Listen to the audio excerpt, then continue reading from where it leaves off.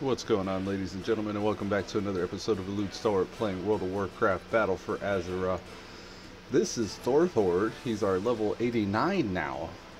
Enhancement Shaman / Ellie Shaman. I was Elemental for a couple levels. Decided to go back to the old trusty, tried and true Enhancement Shaman. I just prefer being a melee over a caster, I think. But it's been kind of fun leveling Thorthord up again. I recently had to upgrade his shoulders and his weapon because they were capped out at 90, and I'm just like, you know, what, a level away now? One or two. I knew I was a couple levels away from 100. I mean 90 rather. And now that I upgraded them, they'll go up to 100. So I just wanted to be sure that I wouldn't have to stop if I built some momentum. And yeah, I'll have my gear upgrading with me now at my current level up on until I hit Legion. So just getting situated here. Alright, so we left off questing in Pandaland. I keep going back to it and doing dungeon queues as well. Yesterday I did Halls of Origination. I thought that were quests at the beginning of Halls of Origination, but I distinctly remember after killing the last boss in Halls of Origination that they mentioned that there wasn't quests in there. It was because I guess there's 3 extra bosses you could do before you get to the very last boss, and these guys just kind of skip to the last boss instead of doing the 3 before the last. Because in that corridor you got like a north, south, east, west, and this is Halls of Origination, so like there's like a life side, a shadow side. I forget what they are. The last boss is like the sun and fire damage, so like his wing is all that. There's like another one. I forget what it was though. Lightning, arcane. Yeah, there was like arcane, life, shadow, and then the sun and the fire side. The sun is the fire side, but like that counts as one as well. So between those 4, excuse me. Alright, so I'm just going to re-queue, and I've re-queued for Temple of the Jade Serpent as well. If I get that one, I could turn in a couple quests that I haven't turned in there yet. Halls of Origination, I was just saying we did that one. So really all we have left in Kata that we have to run is Blackrock Caverns, Siege of the Neo Zao Temple, Stormstout Brewery, and the Temple of the Jade Serpent. And between those, I should hit level 90. Thrall's trying to give me my artifact weapon, but I'm not high enough level yet. What is this? We got a Blingatron 6000 up here. It just disappeared. I don't think it's going to be there anymore. I think that's in the Horde territory. Yeah, I'm not going to be able to get to it. Okay, so we'll let's head back to, well, you know, actually, as I think about it, we are 89. I want to say that Legion starts at 90. No, we still got Warlords of Draenor. That's all level 100. So let's go to the old Stormwind, and then from there we'll head back to Pandaland for just like a level or 2, or just a level, we'll say. After that, we'll start our BF or our Warlords of Draenor, and then we'll grind our way up through there. The downside to WoD is we don't have flying.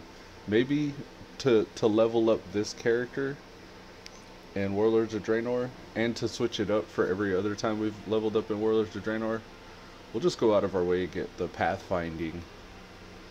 And that's the prerequisite for flying in WoD. We'll get Warlords of Draenor pathfinding,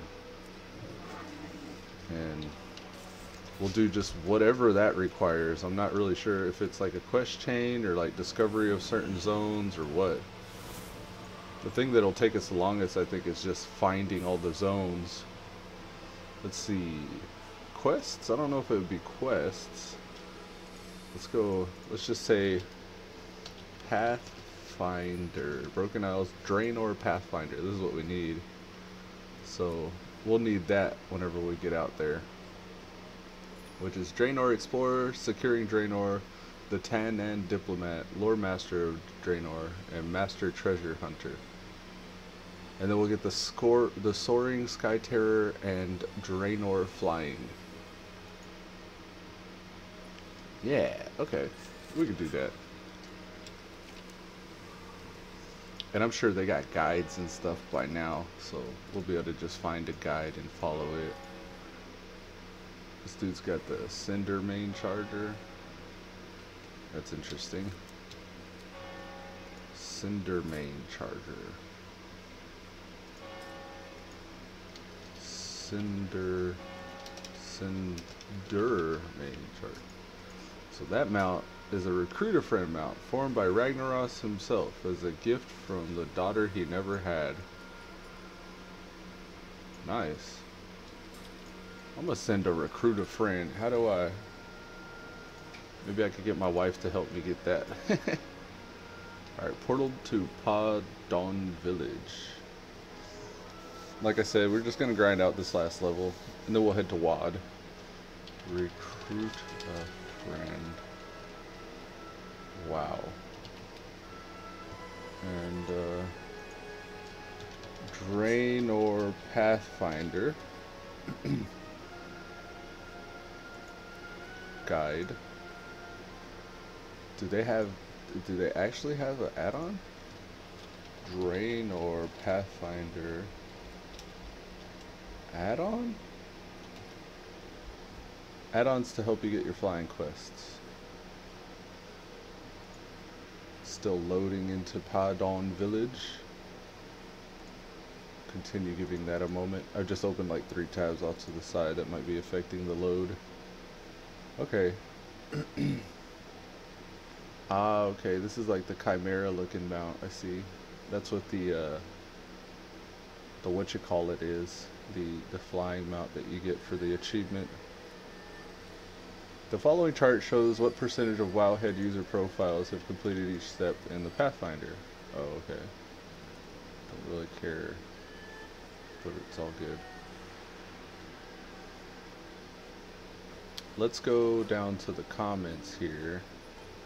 We appreciate the spirited discussion, thorough discovery, mastering the outer. The heart of the initial plan to restrict flight of Draenor lies the design goal. We don't care what your excuse is, we just want flying. Okay, so far the best solution Blizzard made about flying. If you want flying, you gotta work for it by exploring archaeology. Here I come finally. Instead of buying treasure maps, you can load an add-on called Handy Notes Treasure to mark treasures. Just like the maps, they'll disappear once you collected them. Finally we get flying, yay! And for all you flying haters, just don't fly. It's that easy. I have a reason now to actually earn flying instead of having to pay X amount of gold like we did in expacs. It's grinding time. Okay, we get it. You support the... There's usually like a tool you can plug your character's name into. I wonder if they'll let me, if there's a way. We'll worry about it when we get there. We still got a level to go. Alright, so the road to Kunlai, we could do that one. The White Pond quest is available there. Higher. We were doing this zone. Let's go back down to this zone. I associate this Karasang Wild zone with higher level progression, so I've been working my way through that. It's a pretty good zone. I'm digging it. It's kind of dark for my taste, but it's got like all the mantid, like pre-raid initial intro to their kind of like feel and style quests. I think also the Siege of the Neo Zhao Temple is located in this zone. I don't know if it's located in this zone or if it's just like another place where you run into them type of mobs. So the Temple of the Red Crane was the chain we were doing last. We actually like freed the Red Crane, and I think we had to deal with the Shah that was possessing him. So we'll just pick up where we left off there. Here's a Draenor Pathfinding completion tool. This is what I'm looking for. So what? Not sure what their achievement tracker are. Look for, okay, simply go to wowhead.com flying. Alright, so we got a bunch of tabs loading off to the side. They're alerting. They're alerting.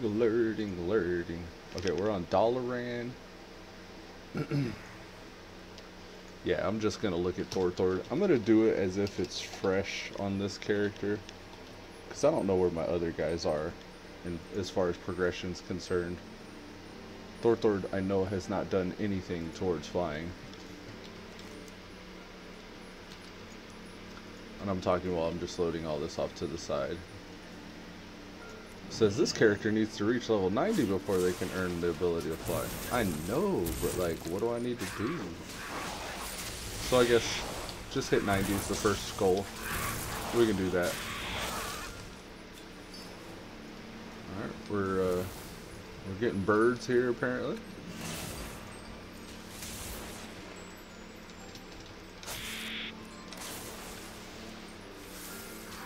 Wow, he came down a little fast. That was kind of scary. Alright, let's take out the little birds first.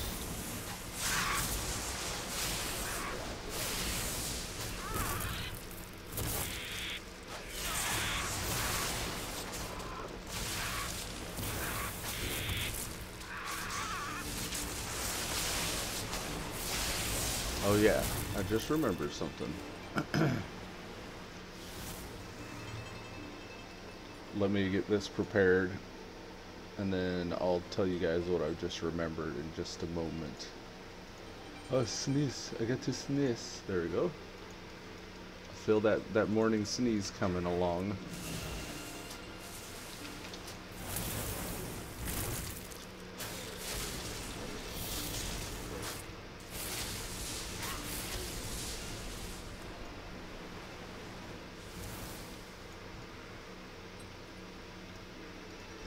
There's a bird there. We'll grab the croc here. Come on, little buddies. I changed the Mog a little bit. I like these shoulders because they get lightning that come off of them. And like most of my stuff is lightning, so that's kind of cool. But I kind of made it look a little bit more, less roleplay, I guess. More just like your average male wearer. Kind of like a hunter almost, because with the two axes, I don't know, the axes make me think of a hunter a little bit. The shoulders make me think of a hunter because my hunter wore these shoulders. Yeah, so that's the Mog. Not bad looking. I couldn't find a whole set that like completely matched, but that was pretty good in my opinion. A nice Mog that you probably won't see people wearing. I got like influence of all the elements somewhat. Like I think the axes, they could represent like maybe some of the earth, or like the green glow that they got coming from them a little bit. And that's just a natural glow that comes with this axe. And then you got obviously lava from the boots, and then like kind of earthy tones for the rest of the gear. And you can tell he's wearing mail armor.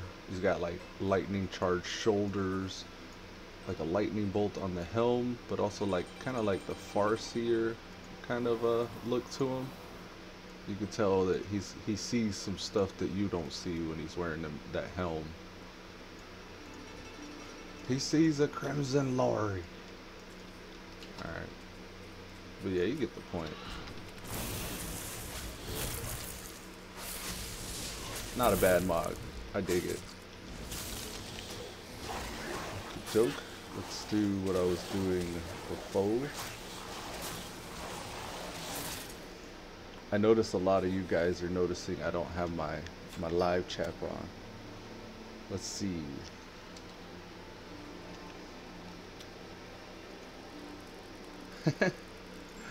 Oh, salty. Check this out, guys.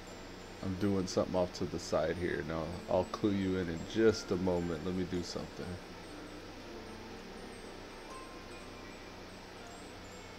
There we go. And then we're going to resize that to 100. And then we'll save this. I have a new thing I'm starting to do. I'm driving y'all to my social media. So Anybody that comments to me on any of that stuff is gonna get a shout out. So let me get a couple shout outs going here. We got properties, browse. Let's go to the desktops where I got some of these stored. We got a couple shout outs. A couple of y'all that have been talking on my social media. We have, let's see, no items match my search. How is that? Oh, that's a media source. Okay, I'm sorry. Here we go. Let's do image slideshow. Here we are. Always play even when not visible. Stop and restart when visible. Fade, slideshow. Okay, yeah, that is fine. Image files. Here they are. Add a directory, we'll say. This will be the shoutouts directory. Select folder. Here we are, guys. And I can fit this to screen. Order, transform, fit to screen. That beetle scared me. I thought someone wanted my PvPs. Just gotta be careful with that. Center. Alright, here we go. So we got a shout out going out to TSFRZ Coca. This is Coca Zappas. He said, I'll tell you what he said in a minute. Salty Dead said, Elude, please kill those ally scum. So shout out to Salty Dead. And shout out to Coca Zappa, because he was like one of the first people to notice that the chat was disabled on the stream. And he gave me a message to let me know about that. And I was like, yeah, I'm trying to drive you guys to my other social media. I have another shout out I need to give, actually, if I'm doing this whole segment justice. Let me go over here to the tubes, because we had another shout out I wanted to give on YouTube even. So just give me a moment to do that, and I'll try to give y'all something entertaining to watch while I figure this out. Me meleeing, so entertained. It's so much entertained. Are you not entertained? Alright, give me a moment. I'm gonna find this dude. Here he is. Mr. Wyvernfall here. Print screen. Alright, we're gonna go over here. We're gonna paste that. This is how I do my shout outs. This is how quickly I kind of prep them.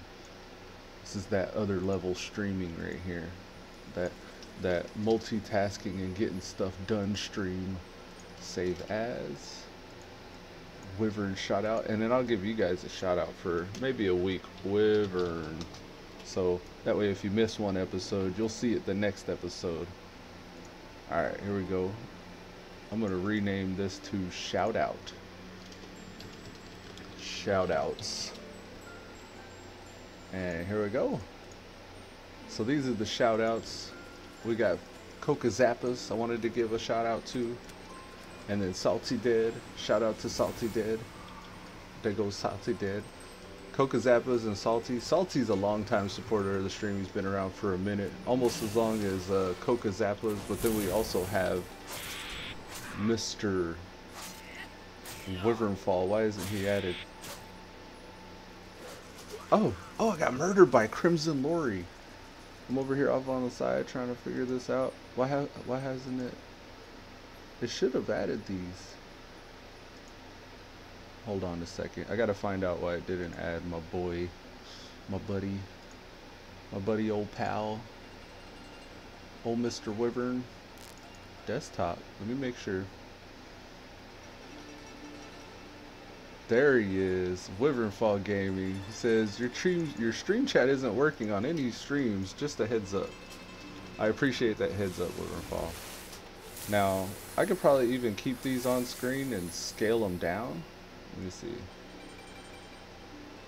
We could even put those like up here. I don't know if they're still legible for you guys. Yeah, well, nah, we'll just keep them maxed out, and then I'll just toggle those.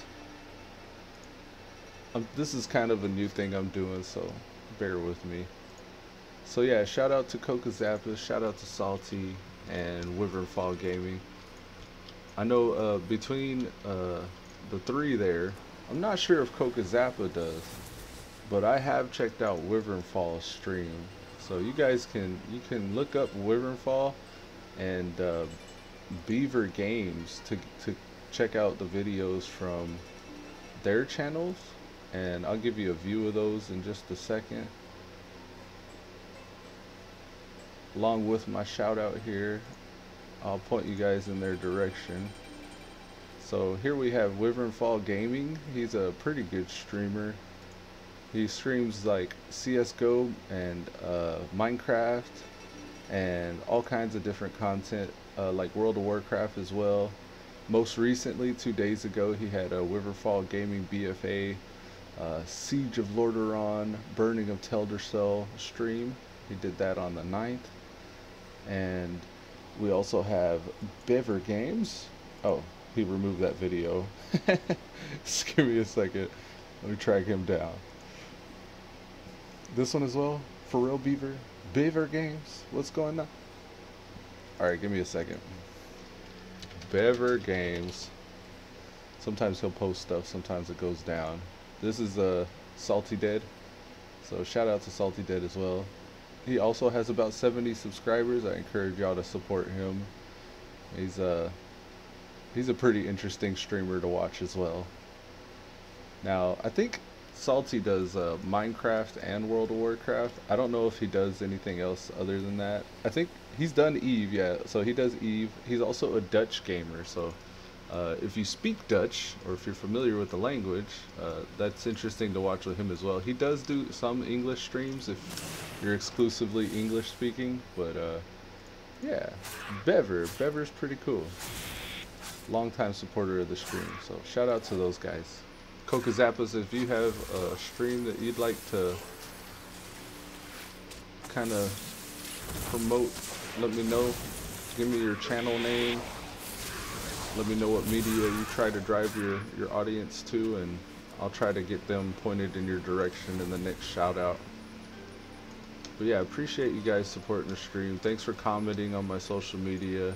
I also have like a Facebook and a Twitter and all that stuff. I'm always either Elude_Stalwart, Elude Stalwart, or Elude.Stalwart. Those are usually my different variations on the different platforms.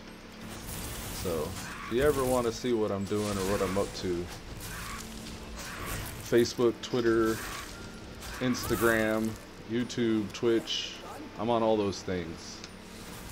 And if you feel compelled to, and if you'd like to give me all your money, check out Patreon. And then also, like, I got a Streamlabs donation if you want to see like a message being broadcast on my stream.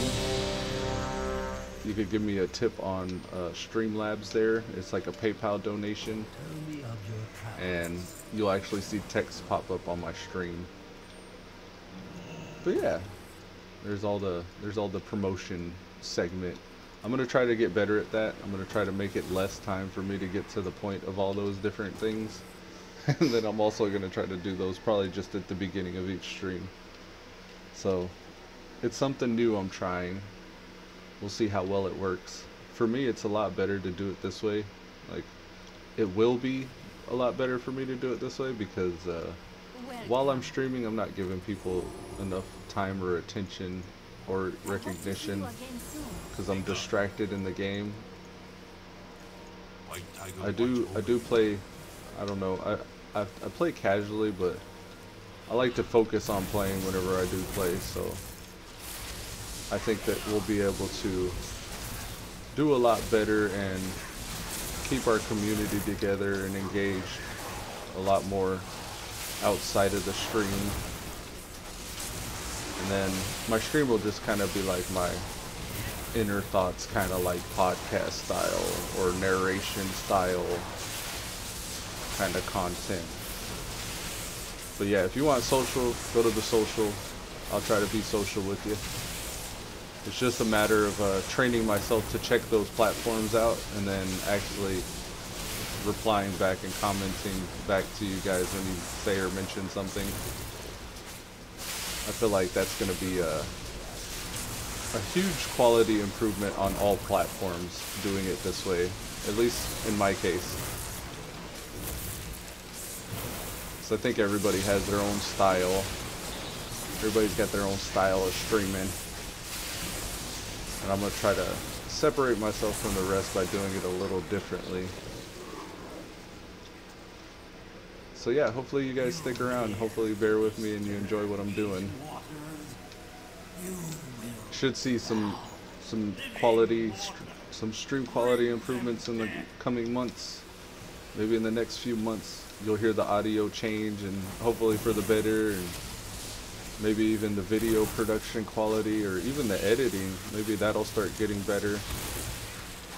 Just keep an eye on the stream, because I expect this year to be a good year.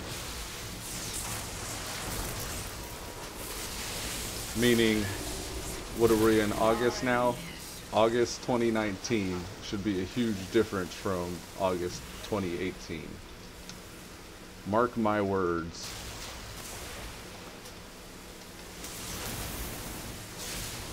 Kind of the whole point of all of my streaming up until this point was to kind of show you guys, paint a picture of what it takes to get started. And I'm doing everything that I would say somebody else should do. Like, I may not be able to explain it very well, and like the streams production and episodes and all that stuff like that, but I'm always a believer in just doing. So I think I probably do a lot better than I could even ever say to someone what they should do. So if you want to know how to get up to my level of streaming and content creation and stuff like that, the best thing you could do is just watch me. Watch what I'm doing, because I'm demonstrating everything that I think a good streamer should be doing. And not to say that there aren't good streamers out there, and I think there are, but it's really easy to kind of lose touch with your community, especially for me. Like, I'm generally like kind of a flaky guy in real life, and I'm trying to invent and reinvent new ways to keep engaged with the community and even grow the community. So I really want you guys to become that, like, I want you to become an Elude Stalwart Vanguard. And every time I welcome somebody to the Stalwart Vanguard, it's like, you guys, you're on the bleeding edge of video game streaming and content narration. And that's what the Stalwart Vanguard represents. And I want us to grow. I don't want it to just be me. Like Wyvernfall Gaming, I considered him a huge part of the Stalwart Vanguard. He actually makes videos and content creation, as well as Salty did. And not to say that everybody that joins has to make content, but if you do, I want to be sure that we're pointing all of the viewers that I have towards you guys as well. So if by some way we create like a web or a network of streamers and a shared audience amongst us all, not to say that you have to watch them guys if you watch me, but if you're interested in them, you're more than welcome to, and I'm sure that they would love the extra support as well. So even just like messaging each other and like sharing kind words and advice on different games and that you should play, or even like tips for, you know, what you're doing in those games and stuff like that. I just want us to be like an all-encompassing everything for everybody involved. So whatever you're interested in, whatever your hobbies are, and whatever you'd like to see happen, I'm trying to create a community and or a player base to help facilitate that. So between all of us, you're likely to find another person that's interested in the same thing, and maybe y'all can go in and some collaboration or something like that. I honestly think that there's a place for even a podcast with the Stalwart Vanguard community, and I'd be very interested in talking both about the game, but also just like things that I'm interested in are like philosophy and like technology, like current events in the world and stuff like that are going on. Not so much like the hot topic, you know, news, Fox News, like, you know, issues or politics or anything like that, but just kind of like, you know, standard day-to-day life stuff. I'd be interested in that type of, like, bringing more of that type of content onto the Stalwart Vanguard. So even if we just do like a informal opens topic, like, you know, What comes to mind, I guess the best way I could describe it is if you've ever watched the JRE experience, the Joe Rogan experience. Joe Rogan, he has a podcast that he's been doing for quite a while now, and all he does is talk about things that he's curious about and things that he's interested in and things that people are passionate about. Like, kind of the format for the discussion that he has is I'm just interested in the world, and I want to see what people are up to and what people are doing. And he'll bring anything from like an astrophysicist to health and fitness experts, and you know, all kinds. He does touch a little bit on politics, but like that's nowhere near the focus. He also does like MMA reviews. He has his best friends come on and like they do like a fight companion, they call it. So they'll go by like, you know, the story of the fighters and where they're at in their training, and then like the upcoming matches for that fighter. And then whenever the match actually takes place, they like go back and talk about the fight and what they think could have been done better or differently, or like what those fighters did really good. They even get into like conspiracy theories and like just whatever you would talk to your friends about whenever you're hanging out on the weekend or something like that. I think that would be really cool to have something like that for the Elude Stalwart stream or the Stalwart Vanguard community. So if you know anybody about it that's interested in any of that stuff, and I would kind of want it to be like mature. Like, I realize that there's a place for younger audiences to maybe do like their own version of that, but honestly I don't know what that looks like for a younger audience. Just to give you an idea, like I'm a father of two, I'm married, and I'm about 33 years old. 33, I think that's yeah. I always forget how old I am, but I think I'm about 33 years old. So, you know, whatever a guy my age would be interested in talking about. Doesn't totally have to be game related. It could be like whatever you're curious about in like spirituality or consciousness, or maybe like there's a specific type of technology you're interested in, like VR or AI, or like maybe you're interested in what quantum physics is doing right now and what the cutting edge innovations are in that field. It really doesn't matter, just whatever would keep a conversation going. And I'd also want somebody with like opposing opinions as well. Like, I think it's kind of boring to watch a show or listen to a podcast where they're just echoing the thoughts between each other and there's like no strife between conflicting. Well done, Lord Walker, Stone Step. So you want something where there are two people on opposite sides of the fence with certain ideas and opinions, and then really hearing them hash it out without either one of them really getting offended or trying to like start fights or just being argumentative for no reason. Like, I'd like there to actually be a deeper conversation going on than arguing semantics. I think it was recently I was listening to Jordan B. Peterson talking to an atheist, Sam Harris, and recently, this was actually months ago, but in their conversation they began talking about truth and values and stuff like that, and like morality. And I think what Sam Harris was trying to do is he was trying to prove that just through pure logic and reasoning you can develop a sense of morality. But what Jordan Peterson was arguing was that you really need like a faith or a spiritual practice in order to get like your values, and for them to be like values that don't have a shaky foothold, like values that are tried and true and tested throughout time. And I think they were both kind of trying to say the same thing, but the way Jordan Peterson was framing it was mythology all throughout time has showed us that people have values, and it's not telling you that you need to adopt these values, but I think more of what he was getting at was if you think about your actions and you trace back like the reason why you make the choices and decisions that you do, you almost can't avoid eventually going into fundamental spiritual practices in like decisions that you make in right and wrong, just because that's what those spiritual practices actually outline and highlight. That's kind of the purpose of having a spiritual philosophy or an established religion or anything like that. Is it kind of gives you the language to discuss these topics that involve values and moralities.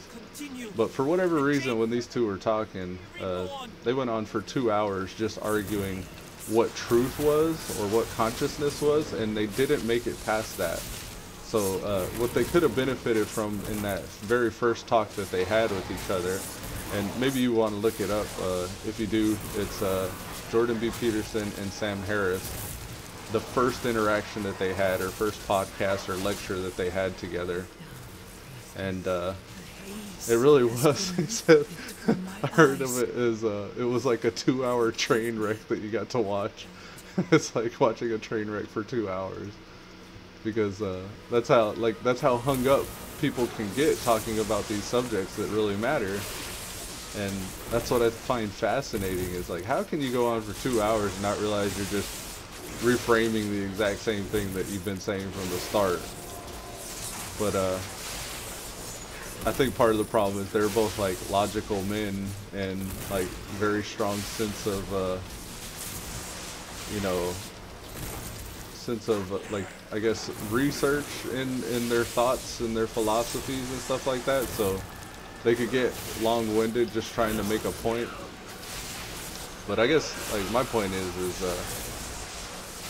what they benefited from is a moderator. So maybe if we come up to a certain point in our community, if we have like these long-form discussions, whoa, Julie or Kate, what is it, Colgente Jasmine, welcome to the Stalwart Vanguard. Appreciate your subscription. It scared the shit out of me. Had my volume up kind of high. But yeah, man, welcome to the Stalwart Vanguard. Like I said, in these long-form discussions, there's even a place where we could probably benefit from having a moderator. So even if you don't think that you're up for like long-winded or like, you know, deep philosophical conversations and stuff like that, maybe at some point there exists this podcast that we could use a moderator for. So you can just kind of like recognize that we're getting hung up on a subject and kind of help move the conversation along with maybe framing the question differently for both speakers. But yeah, in the coming year or so, that's kind of my goal or my ambition with the Stalwart Vanguard and the Elude Stalwart channel, is to have a place where these kind of conversations can take place, because I really honestly think in the coming years, voice is going to be a huge platform. Like, it's going to be the disruptor, like television was the disruptor for radio, and internet was the disruptor for television. People love being productive throughout their day, so if they can consume content with as little friction as possible, i.e. podcasts, while they're washing the dishes or, you know, working in their cubicle or office, like if they just have something to listen to that they can consume while actively keeping their mind engaged in things that they're passionate about, I think that that could survive or live somewhere in the Stalwart Vanguard. Maybe it'll be like a facet of what the Elude Stalwart channel can offer. And I'd really like to point to other streamers that are into these same kind of thoughts and ideas and stuff like that, or maybe these types of format of discussion.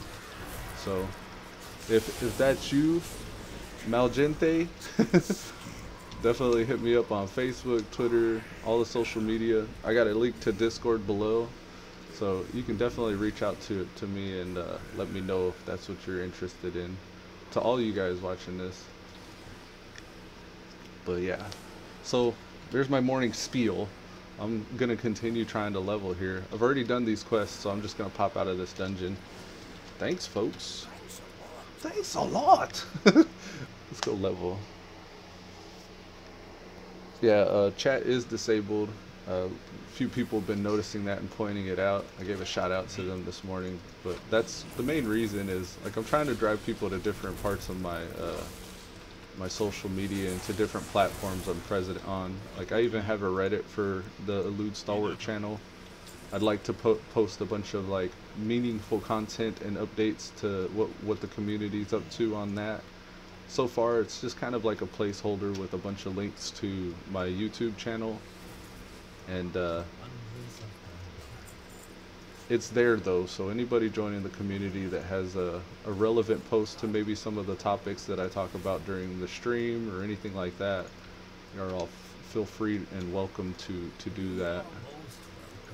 And that's the subreddit Elude _ Stalwart, so it's like r/Elude _ Stalwart. You should find me there. And then tweet at me, like if you want to collaborate on anything, that's where I'm at, guys. And my email also is on my YouTube channel. I use that email like probably 2 or 3 times a month. I'll check that email as there's more content on it. Oh, I thought this was gonna take me somewhere. As there's more content going on, I'll have like a lot more reasons to check that email if we're using that to coordinate. So I'd probably get even more active than once or twice a month if there's anything happening. And that's true for anything. Discord as well. For a while I wasn't checking Discord because there wasn't much going on it, but I've always posted announcements and stuff like that. So if you want to hear like when my stream's going live, I got a bot that'll announce every time I go live. And we got a handful of community members there. What is, do I have to go under? What does it want me to do? This is shark fillet. Crocodile attacking, so just maybe let's just kill these, I think. I wonder why they gave me a boat. Maybe when I go back up, it'll just appear again. We're about halfway through this level, and then we're going to go up to Draenor and start our Pathfinder. I've never done Pathfinder on any toon, so this will be like a fresh look at a new toon getting Pathfinder. There are a few achievements I've already crossed off the list. Maybe at some point while I'm doing the Pathfinder it just unlocks because I've done those on other characters, but for the most part I haven't done any of the objectives it's asking, like Explorer or Lore Master. Definitely not Lore Master. Securing Draenor, I'm not sure what that means or what's required for that. The Treasure Hunter, I've gotten some treasures, but I haven't really, like, whenever I first came to Pandaria, I got all the waypoints and an add-on to point me in the direction of every treasure in Pandaria, or Pandaria, and I finished that achievement. So maybe this Master Treasure Hunter for Draenor will be similar, but the difference is I had flying in Pandaria. I'm not going to have flying in Draenor, so it's going to be challenging just being on a ground mount trying to go to all these different places that it's going to want me to go to. Increased swim speed, also underwater breathing. I was wondering if I needed to go up for some air. It was too low to the ground to stun that guy, but I got this guy. Dropped my capacitor totem just now, but it wasn't close enough to get both of them. I need a target. So yeah, and then the Tanan Diplomat, I don't even know what that is. There's probably like a faction I gotta go do a rep grind with. Hopefully it doesn't require dailies, because that would kind of be bothersome. I think there's a named in here I gotta go get. Not all these sharks are dropping fillets, but I've gotten 3 of 5 so far. Yeah, he didn't drop a fillet either. We can queue while we're waiting. We did Temple of the Jade Serpent. We had the 2 quests we needed to turn in there that I forgot to turn in before. And Blackrock Caverns and Siege of the Neozao Temple. Those are the only ones, eh?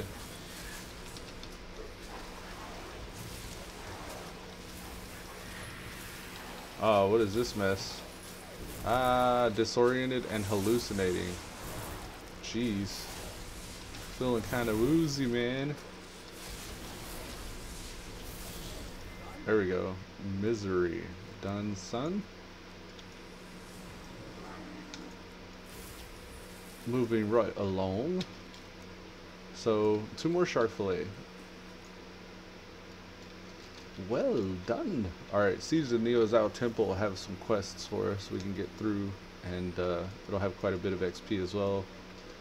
I don't know if these other dungeons, Stormstout Brewery, I definitely did the quests for those. I just like the dungeon so much that I put it back up on random. Also, the Blackrock Caverns, I haven't done the quests for that one, I know.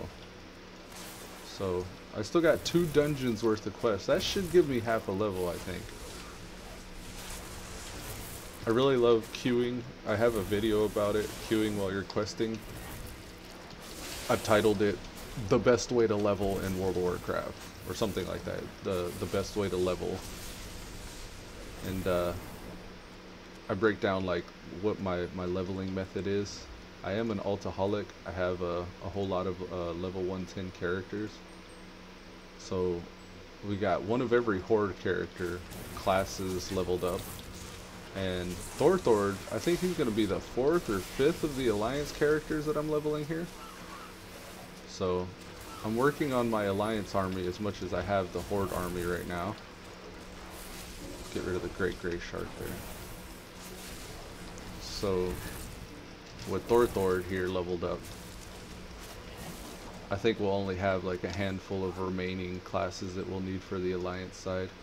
So far I know I've gotten the, what is it, the Paladin, the Warlock, the Warrior, I have a Demon Hunter and a Rogue all on the Alliance side. For some reason I have 2 mages on the Horde side. One of them's parked at 90, never made it out of WAD. I boosted one of the mages. I wanted to try out a Draenor or a Legion mage, and what ended up happening was instead of just leveling the level 90 Legion mage I had, I just went ahead and I think I spent a token on a boost for my mage, Naga Crazy. He's an orc mage. I had a blood elf mage originally, but then whenever I started running with these dudes on Belgoon, I wanted to be in their guild, so I just boosted an orc mage. So between Frostfire, the level 91 mage, he's a blood elf, and Naga Crazy, my orc mage, I'm gonna change factions on one of those. So that way I have a Horde and Alliance mage. Just like I got a Horde and Alliance Paladin, Horde and Alliance Rogue, and then Thorthord here is going to be the Alliance Shaman to Furiosity, the Horde Shaman. Furiosity's an orc. I really like orcs. I think I'll probably faction change even another one, because when Magar orcs become accessible, I'm definitely going to promote somebody from orc to Magar orc and do whatever's required for that. So I kind of got like a plan for all my max level characters and how I'd want them to work out. We also have the Dark Iron Dwarves. I'm pretty sure I'm going to make something a Dark Iron or Dwarf. I don't know if I care enough about the RP and all that of it enough. I mean, I could take Thorthord here and make him a Dark Iron Dwarf. That would be kind of cool, actually. Yeah, so I'll probably do that, actually. But then, in order to make him a Dark Iron Dwarf, I'm probably just going to have to pay for the faction change. I don't know what's going to be required, though, for the Magar Orc or the Dark Iron Dwarf whenever you get into BFA. Like, what reps? I think it's, yeah, actually, it's reps with those factions. So, at some point, I'll have the Alliance and Horde tunes to go do those things. And then I'll make my character list make more sense, instead of having like double classes or repeat classes. One thing I don't have is, I don't have a Nightborn on the Horde. I don't know if I have to have that race either. It's kind of like Dark Iron Dwarves. I could probably find a way to work in that race for the classes that I have, but I would definitely have to faction change, because I've already got one of every class for Horde. So I'll probably do some finagling over time with that.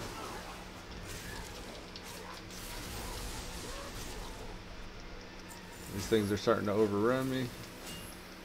It's okay, we got them. Just some quick heals. Got him.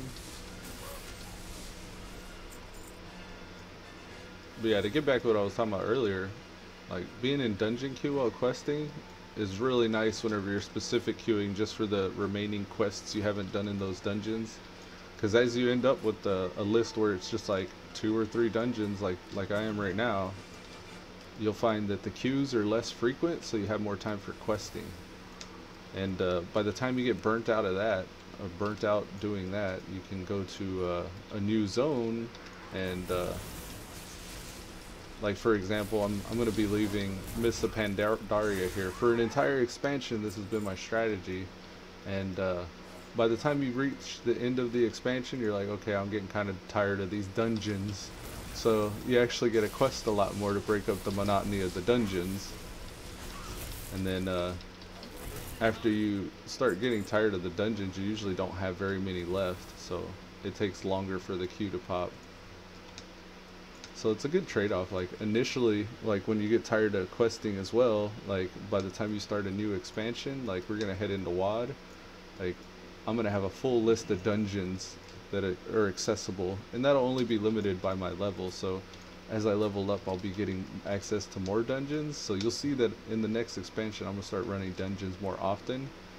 And then while I'm starting to level up higher and higher, the dungeoning will taper off and allow me to quest more. And I really like that. I really like that, the way it just kind of naturally flips and flops like that, switching it up enough to keep me engaged. That's the only reason why I'm able to level these tunes, I think, is just how that strategy's worked so well for me. Alright, we're looking for buried Hosen treasure. I was definitely not looking for anything buried flying by right here. What am I going to have to do to find it? Is there buried treasure somewhere on this? The map you hold is crinkly, dirty, and poorly drawn. Maybe we should look at this map. I must see this map that you speak of. That's an alcoholic beverage. Anything here? A missive? This looks like the document is scrawled. See, that's not a map. That's a writing here. Maybe I should finish reading the text. When you gotta start reading the text, here we are. The map you hold is crinkly, dirty, but you can see a big X on a beach. Is there buried treasure? Maybe it would just stand out. Oh, look, a lump of sand. This is what we're supposed to do. Oh, an empty barrel. Okay, so we're looking for lumps of sand like that one. Here's one over here as well now. Good. I'm out of range. That's just a banana. Okay. Any more sand? Do we see? Here's one by the skull. I just was over one. There's one inside the mouth as well. If I had treasure, I would hide it in here. Inside the mouth. There it is. Alright, cool. Done, son. Moving on. The golden banana. It's a toy. Gold and obscenely heavy. What does the golden banana do? Here it is. Throw the golden banana. Okay. Let's throw it over here at this guy. Bow! In your face, buddy.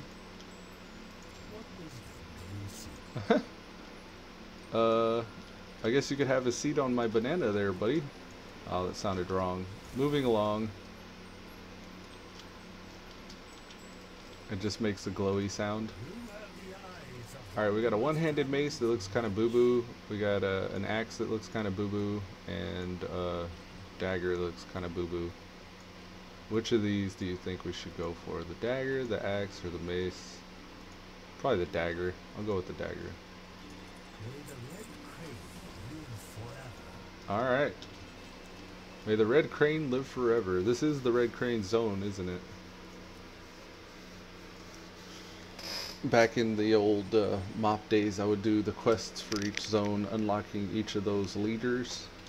At one point I just kind of stopped, but throughout my leveling, at some point I've unlocked each of these different, the crane, the serpent, the jade serpent, the ox, and the white tiger.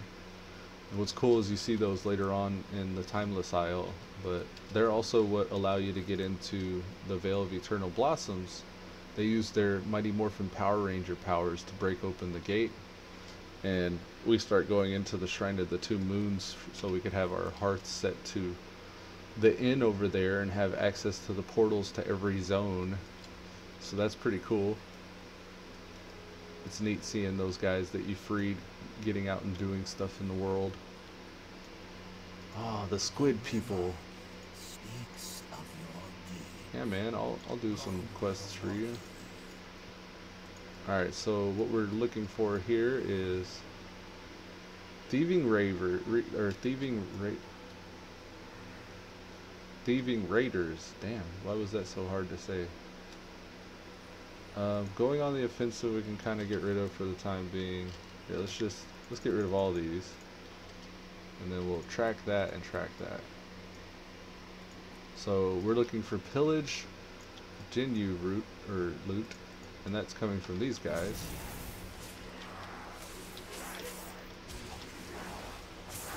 Just drop a stun them on them, yeah, some lightning. And then these guys will drop the loot that we need. Just a handful of bars left and we're going to be on to the Wad land. And I figured by doing all the pathfinding quests, surely that will level me. So I think that's exclusively what I'm going to be focused on in order to level, is all that pathfinding. I could definitely feel my gear showing its age though. Like these guys, even just one at a time, are starting to hit pretty hard. That's just the nature of scaling, I guess. Certain level, it seems like your gear scales stronger than others. Oh, we got two. Let's drop a stun totem. Some lightning. Some storm strike. Throw a quick couple heals. With our Maelstrom, that makes our healing surge instant cast, so that's really nice. I need a target. Alright, we got you, man. I really do miss having the wolf lunge, and then like even this way I use my spirit walk a lot less. So I may go into my talents and switch out that tier. I have it as Windrush Totem because it's like kind of a party utility. Sometimes it's fun to throw that out for your party members. But I don't think that I'm actually going to stay with that one. I'm probably going to move over to Feral Lunge. And then I've been playing with Landslide and Boulder Fist lately. I'll probably go over to Forceful Winds. I was using Wind Fury before. I think I might switch back to that. And then the other option I have there is Totem Mastery, which is an increased chance of Wind Fury, increased damage of Storm Strike. But the downside to that is you're dropping totems every pull, which I guess probably isn't that much of a downside if you can preemptively do it, but mid-combat, if you gotta lay totems down, you could be dropping a damaging ability. So I just have stayed away from it for that reason, but I could probably try it on for size and see what's good. Two more Jinru, I think is how you pronounce it. Jinyu, that's out of R. Pillage Jinyu loot. So we need two more loot. Why do they hit so hard? This did used to be like one of the higher level zones. These guys that are exclusively melee damage, they should hurt, I think. I think they should have pretty strong melee damage. For my PvP talents, I got this one called Static Clean. Whenever I'm next to somebody, it says after you use Storm Strike twice in a row or on an enemy, you create a coil of lightning binding you to that target, increasing damage to the target that it receives from your attacks by 15%. And it also increases your movement speed by 15% while the cling holds. So if they move more than 15 yards away, that breaks. And then here, I don't think I can, yeah, I can't. But I'm using the Spectral Recovery, so Ghost Wolf will heal me, and then it also moves 10% faster. On Ellie, I was using a Lightning Lasso. Yeah, not really anything that affects anything I gotta do in my rotation, but still some stuff to keep in mind that happens. So it's only after Storm Striking twice in a row that I get the benefit from that. which is generally almost all the time, because Storm Strike is my main damaging ability. Alright, we'll turn this in, see what he wants us to do. See if maybe there's another quest up north where we have to head for Raid Leader. Mastery Trinket, Haste Trinket. Sure. I'll probably stick with my BOA trinkets. I'm mostly wearing bind on account gear as much as I can. I may even purchase the higher level up bind on account gear with the next expansion, like in a few days. So that could help me get through Legion if I level another tune at a later date. It's really just like an investment in the future of my leveling. This guy's going down fast. Usually they have something fancy they'll do. Doesn't look like this guy's doing anything fancy.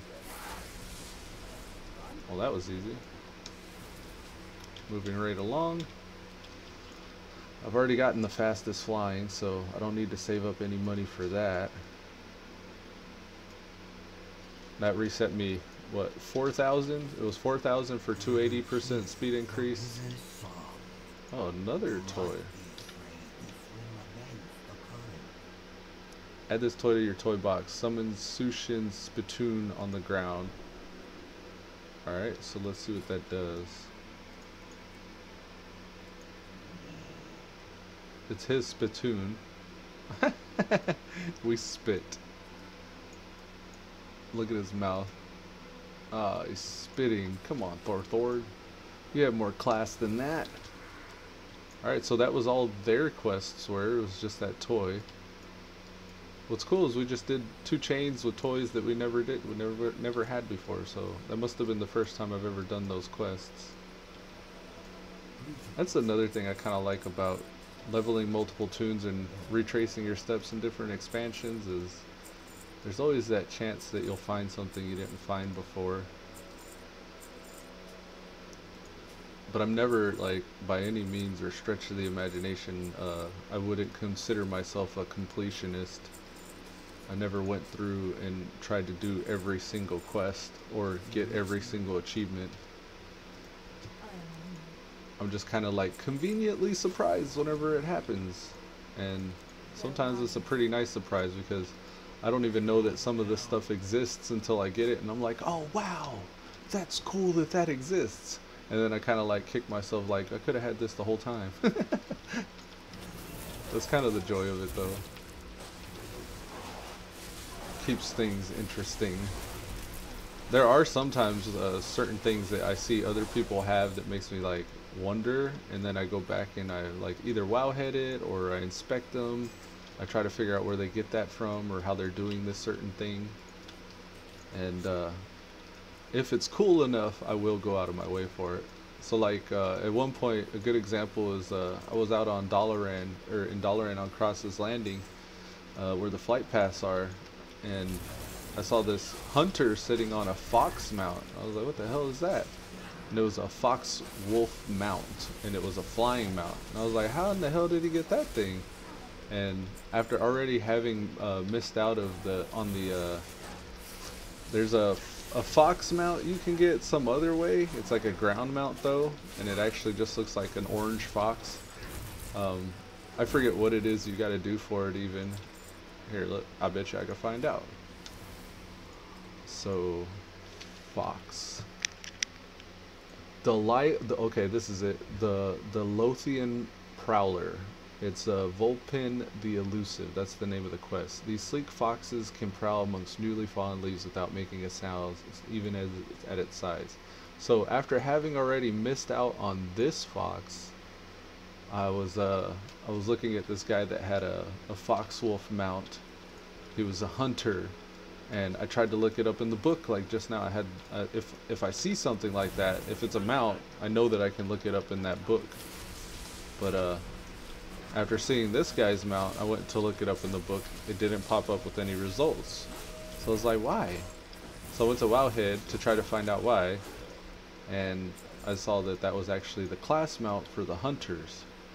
So I was like, what the hell is a class mount? And then that turned me onto the rabbit trail of every class's class mount. And in order to unlock those, you have to do every quest in your class order hall campaign. So then for the next 2 or 3 weeks, all I did was no life all of the classes order hall missions.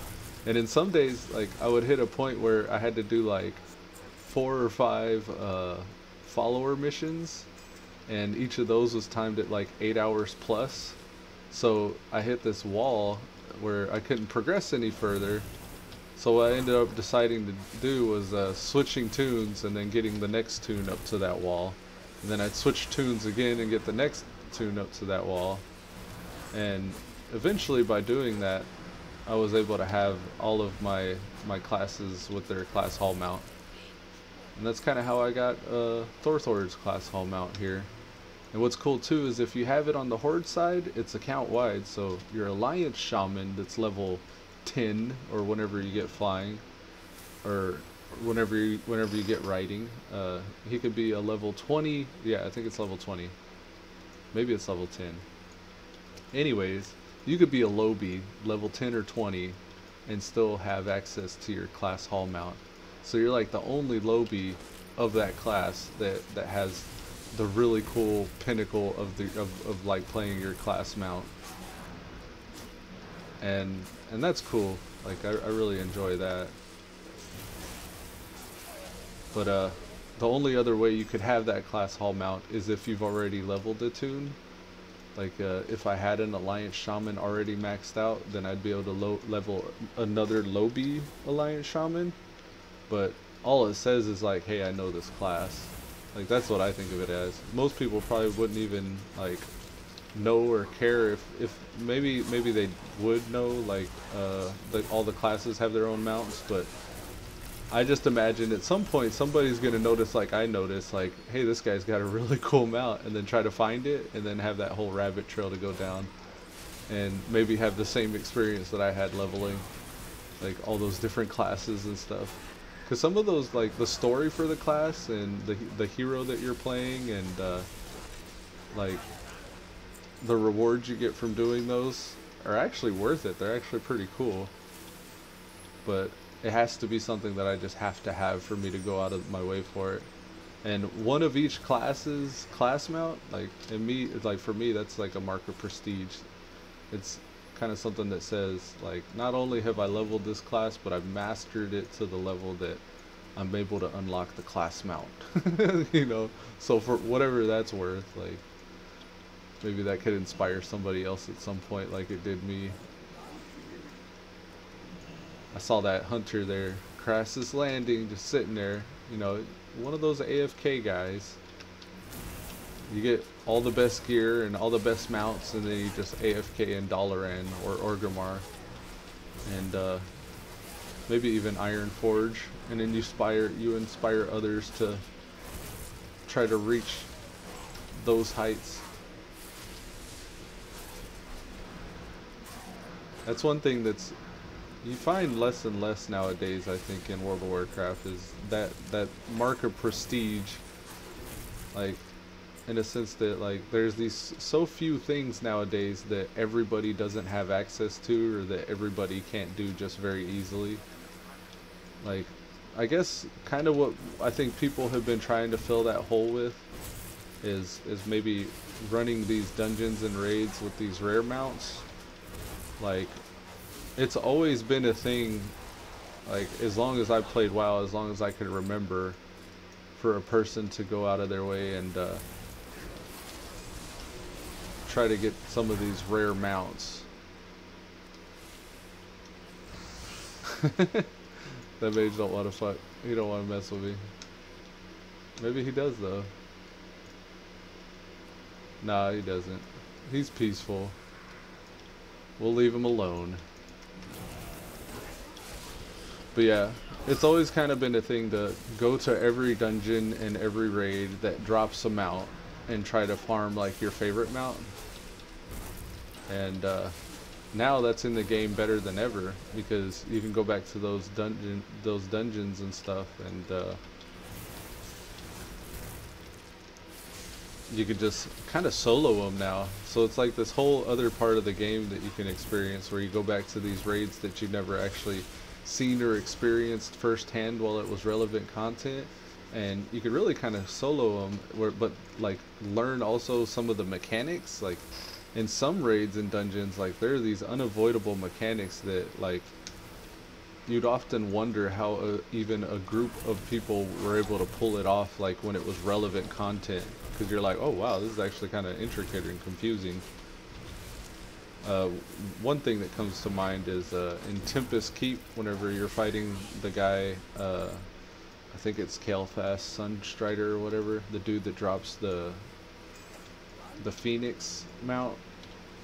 Whenever you're doing him, I think even now, I want to say they changed it by now, but I remember doing this back in was it Wrath of the Lich King? I think Wrath of the Lich King. Even in Wrath of the Lich King, you still needed like 2 or 3 people in order to do it easily, because like one person had to grab like a specific staff or weapon, and then the other people had to grab a specific staff or weapon, just so like you didn't die. So it still took somewhat of a coordinated effort to get this mount all the way up until like maybe the recent expansions. But hell, as far as I know, it probably still does take a coordinated effort like it did back then. But like you really gain like a sense of respect for those type of raids that it used to take 25 to 40 people to actually complete. So you're peeking back into the past a little, and you're getting a really good reward for it. But it's after like weeks, because in each raid it's a weekly reset. So after weeks and weeks and weeks, and sometimes years of weeks of effort, you'd finally get this so many of a low percent chance for it to drop mount, like the Reigns of Invincible, the charger that Arthas has in Wrath of the Lich King, for example.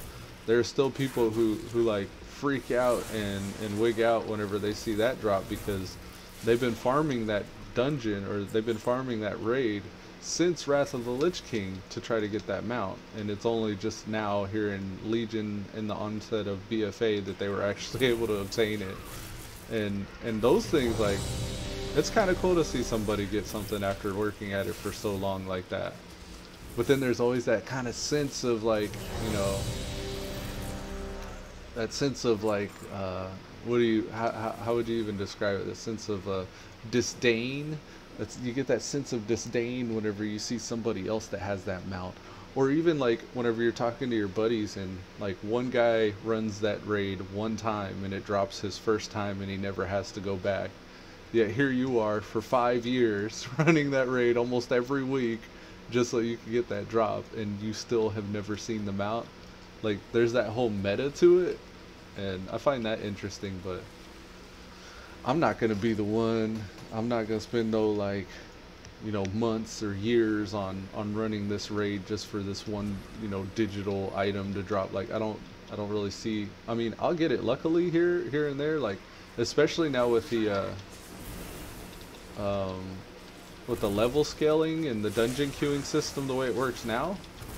I've just recently got the Rivendare's charger off of Baron Rivendare in Stratholme, and I know people have farmed that for years, and I've always seen people farm that, and like they still go out of their way for that as a mount on their list of mounts that they go farm, you know, every week. Whereas Barondare is like more of a daily thing, you can get it quicker.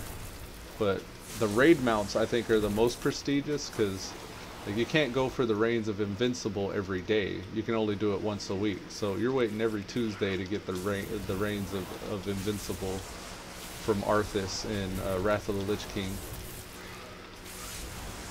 But yeah, to get to my point with level scaling and stuff like that, I was just running a random dungeon, leveling a tune, and Rivendare's range dropped, the Rivendare's charger range dropped.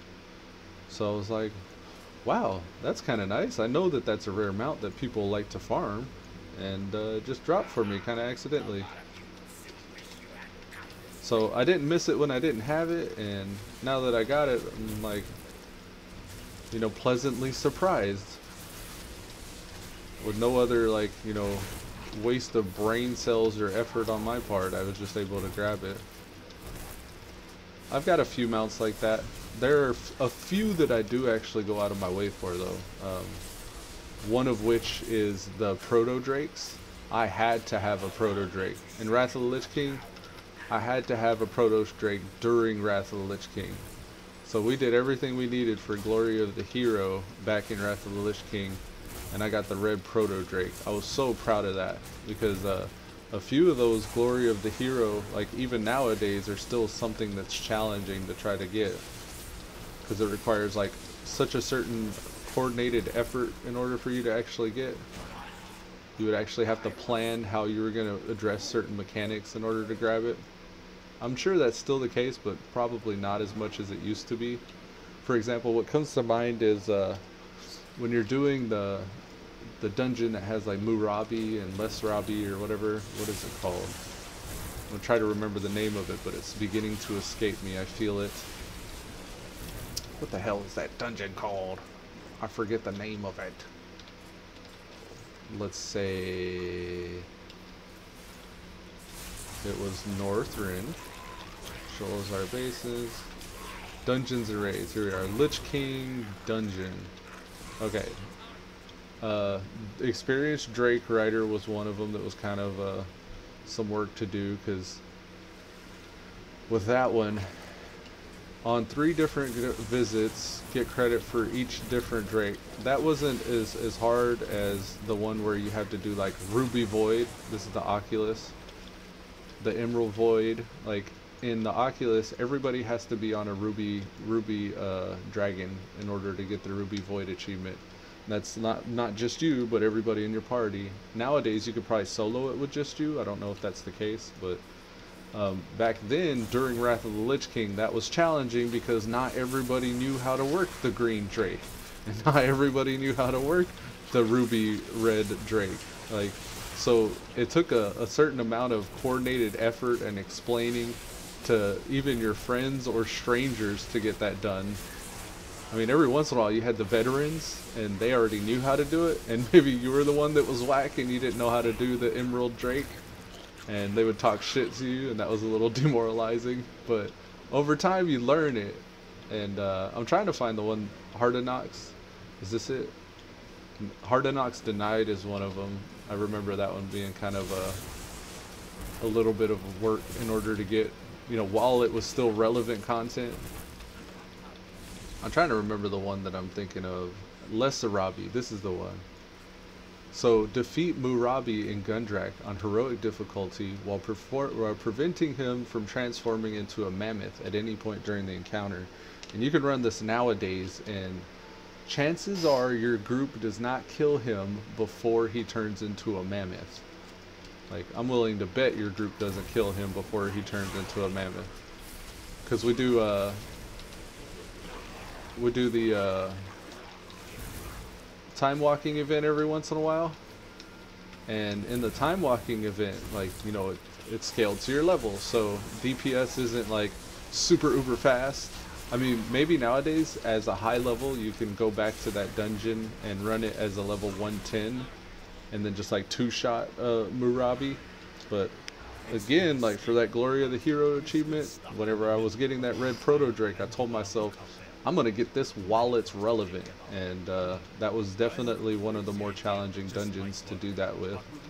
Because when you have everybody at level, or maybe even a couple below the correct level you need to be to do that on heroic, because heroics used to be hard, whenever you run that, not everybody, if you didn't have coordinated interrupts, like one guy, it almost seemed like every time one guy would miss his interrupt, and the guy would transform into a mammoth and would be like, okay, wipe it up, like just go ahead and die. The moment he turns into a mammoth, we would all wipe, and then we'd run back and start the fight again. And there are many bosses where if you messed up a mechanic, if you killed him, like, you'd have to, you know, wait for the next reset in order to run it.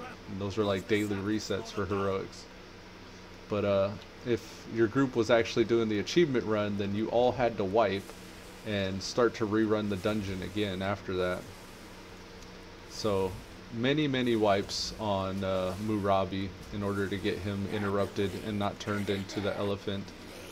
Now, after the raids started releasing, like Trial of the Crusader and stuff like that, and the Obsidian Sanctum and all those raids were starting to come out, people's gear level was starting to scale up a bit more. And when your gear level scales up more, you're doing more damage, so you have less interrupts you got to worry about during that encounter. And with Murabi, like, the longer he's alive, the faster his interrupts or his casts become to transform into an elephant. Like, the first cast is probably like 2 seconds, and then he works his way in the next few times he tries it down to a 1 second cast, and then it becomes a 0.5 second cast, and then it's just so fast after that that there's not even a chance for you to react with your interrupt in time. So that for sure was one of the most difficult mounts that I'd ever attempted to get, that I actually went out of my way to put in work towards. And I was so fascinated and intrigued with those Proto Drakes that I even went out of my way to get the green Proto Drake, which doesn't appear to be listed here.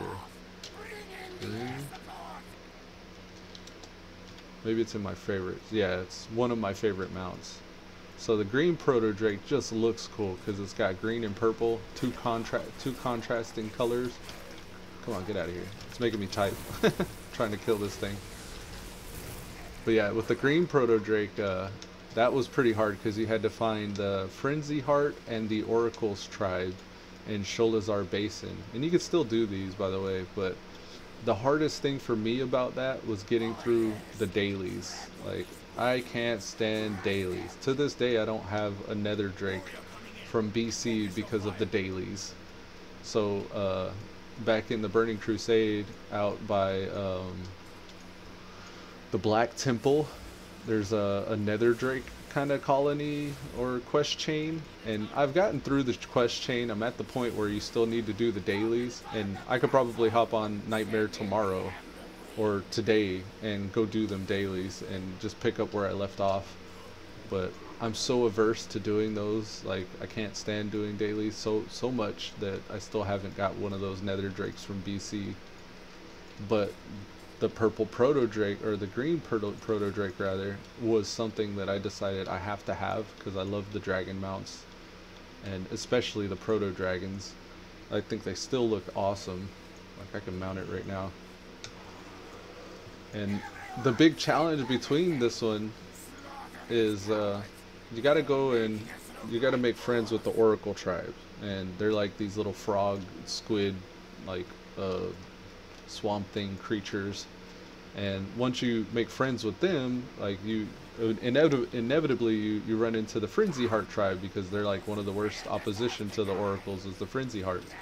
So then you get faced with this quest that makes you make a decision. You could either side with the Oracles and continue being their friend, or you can side with the Frenzy Heart and betray the Oracles. And what I did was that in order to get the achievement for this mount, or in order to access the egg to get this mount, you have to have reached Exalted with the Oracles, and then also reached Exalted with the Frenzy Heart. Now the challenge in that is, when you start raising reputation with one, the opposite faction's reputation lowers. So as you become Exalted with the Frenzy Heart, the Oracles begin hating you, and vice versa. As you become friendly with or Exalted with the Oracles, the Frenzy Hearts hate you. So the challenge there ends up being whenever you're switching sides, you got to do it effectively. And what you end up having to do is work your way up to Exalted with Frenzy Heart, doing all their dailies and missions and stuff like that. And then in the quest progression down the quest chain, you get an option to betray them, and then you have to betray them, and you start getting reputation with the Frenzy Heart and doing their dailies all the way up to Exalted. Or vice versa. I think it actually is vice versa. You got to do Frenzy Heart first, then the Oracles. What ends up happening after you get Exalted with the Oracles is you get access to a vendor who sells an egg, and you can buy this egg once a week, and after buying it after a week, the egg hatches, and then the next week you can purchase another egg, and you know, you could get one egg each week. So with this egg, you wait for it to hatch, and almost every single time it's rotten, spoiled yolk. It's like a rotten egg that you crack at the end of the week. So sometimes you get the Proto Drake pets, and that was true for me. Was I ended up with a few of these Proto Drake pets, Proto. So I got some Browns Proto Whelps from that egg, a couple of those, and then I got a Proto Drake Whelp from that egg, and I guess you can get the Emerald one as well. I don't think you can get the Ironbound. I'd be interested in knowing that. But yeah, it'll sometimes open with those pets, and then that's a clue that you'll get the mount if you keep trying, and then eventually, after so many weeks, I don't even know what expansion it was, but it was definitely not Wrath of the Lich King. I didn't ever get the green Proto Drake then, but I think it was Cataclysm, I want to say. It may have been Cataclysm was the expansion, or maybe even Mists of Pandaria, actually. Actually, it might be Mists of Pandaria. But I ended up getting the green Proto Drake out of those eggs. And I didn't go back every single week to do that, but for a while I did a few times pretty consistently, week after week, go back and get the egg. But at some point you just get tired of making that flight all the way out to Sholazar Basin and taking all the portals and stuff to get there.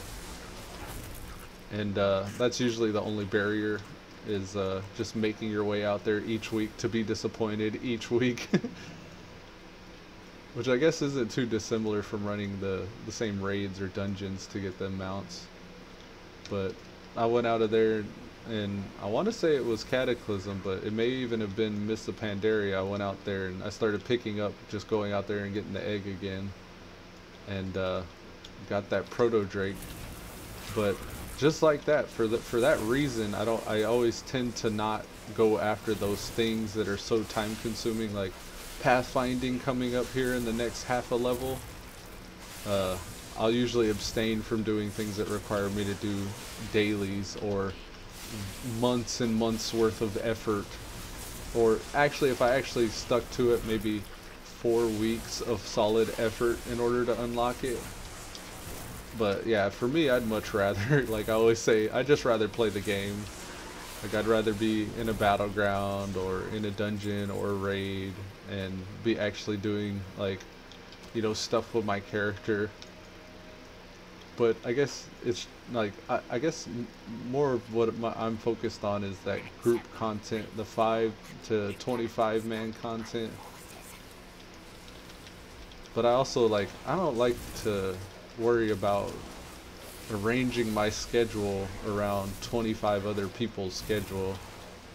Like, I like to play WoW when I feel like playing WoW, and not having to wait for or have people wait for me. The easiest way to do that is in dungeons and battlegrounds and nowadays LFR raids, but I honestly wish the LFR raids represented more of what you would get in a real raid. Because LFRs, they're thought of as something that, and they actually are, they do feel like something that's separate from, like, actual raiding. But I guess so much of what makes up the actual raiding experience is those 25 other people that you have to worry about. Those 25 other people that you run with. Oh, I'm gonna die, I'm gonna die, don't die. Just heal up here. We need to break this barrier. Alright, come on.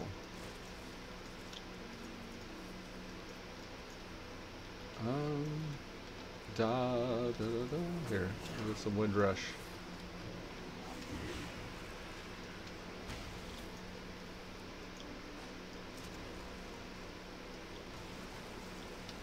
Man, I am not picking up eggs fast enough. My whole raid's gonna die. I'm taking a lot of damage from these eggs. There we go. Oh no, our heals don't went down. Don't die, healer. Jeez. It's been a while since I've wiped to that. I think that's the first time I wiped to that in years, guys. which is a testament to level scaling, really. And it's actually one of the great things about level scaling, if you ask me. Like, you gotta actually do your job and pay attention nowadays, because it's some fraction of a degree as hard as it was when it first came out nowadays. And that to me is a good thing. I enjoy that, actually. I think we should kill these and give ourselves more space.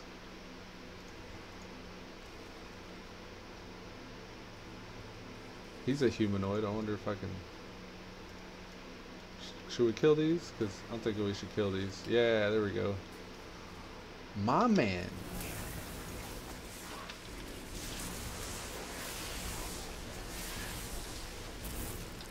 I'm going to save my bloodlust. And you know, as I say that, I actually... I was wondering about my talents, and I remember that I didn't switch my talents like I said I was whenever I was going to join, whenever I joined this, rather. I need to remember next run, which next run's going to most likely be a Warlord to Draenor dungeon. But I need to remember that next run that I need to switch my talents. Alright, this time I'm going to pay closer attention to these eggs.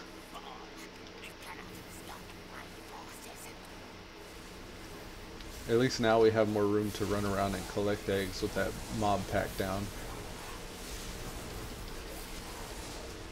Storm strike, storm strike, storm strike. I love it.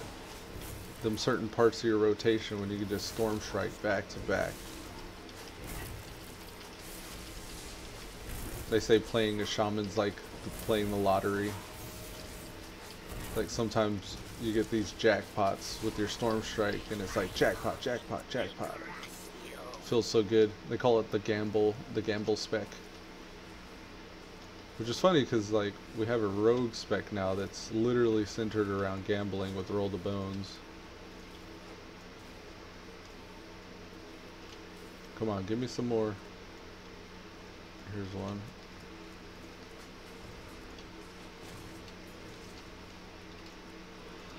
Oh, that one's not. Here's one. Here's one.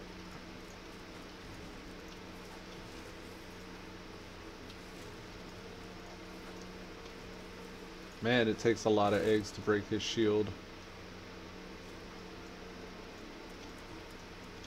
Oh, come on.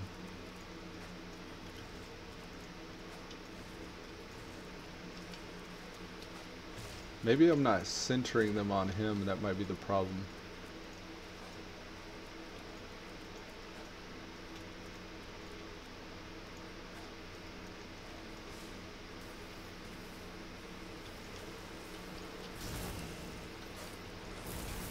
Alright, come on now. Let's go in on him. Drop a stun totem here, get some of that damage off the tank for a second. Stay out of line of sight of that path that he does with his blade dance. Don't you dare. Ah, just popped my wolves. At least now I know I'm going to center the reticle for throwing these bombs on his circle. Let's see if we can get his shield down a little faster. So centering it, centering it, centering this one as well. That one's probably expired. Centering that one, centering this one. Here's one here. Centering. Yeah, I don't think it's doing it any faster. It just takes a lot. It takes a lot of these. Get this one. Why won't you die? Here, you get some movement speed there.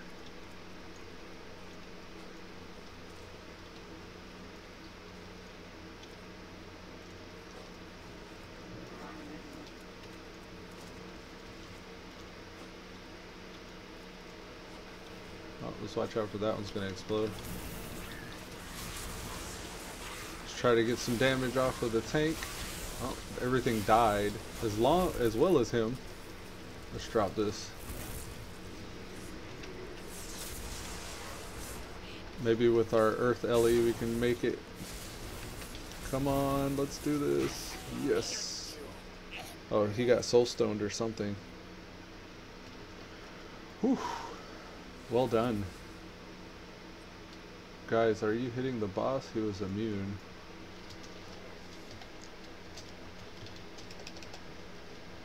Yeah. Bird throwing bombs at his shield took a lot.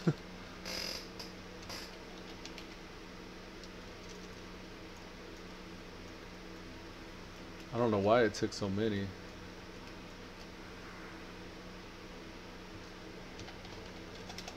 I need more mana.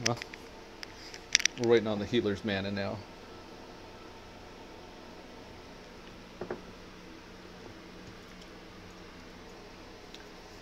Go ahead and take this moment here to give some shout outs. Shout out to Coca Zappas and his recent comment in the past few days. Thanks for being a longtime supporter of the stream. Salty Dead, you're one of my OGs as well. Shout out to you. You guys check out these guys on their relevant social media. And Wiverfall Gaming, he actually has his channel. And that was a ding, I just dinged right behind us, guys. Level 90. Congratulations. Why, thank you. Alright, so we got a new tier of talents we can get. I like Crashing Storm. If I can pick that, I'm in combat though. Well, at some point I'll get Crashing Storm. We got a quest called The Dark Portal. We're gonna have to go talk to the Archmage Khadgar in order to begin the Warlords of Draenor.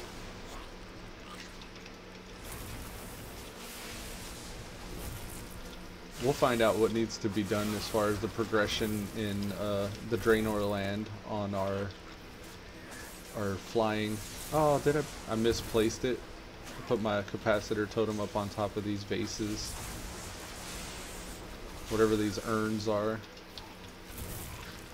I was trying to land it right here in the middle of all these guys, but I accidentally clicked the top.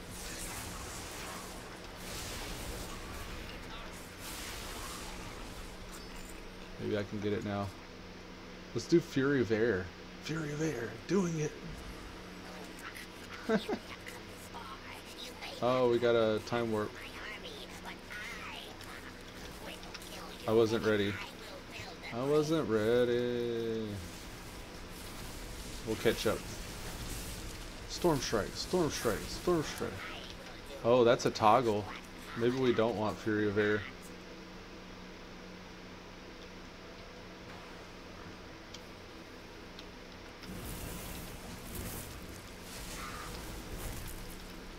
Yeah, that Fury of Air is kind of useless unless there's an AoE situation. Let's not place this on top of the urns. Let's put it somewhere where people have access to it. As soon as I'm able to.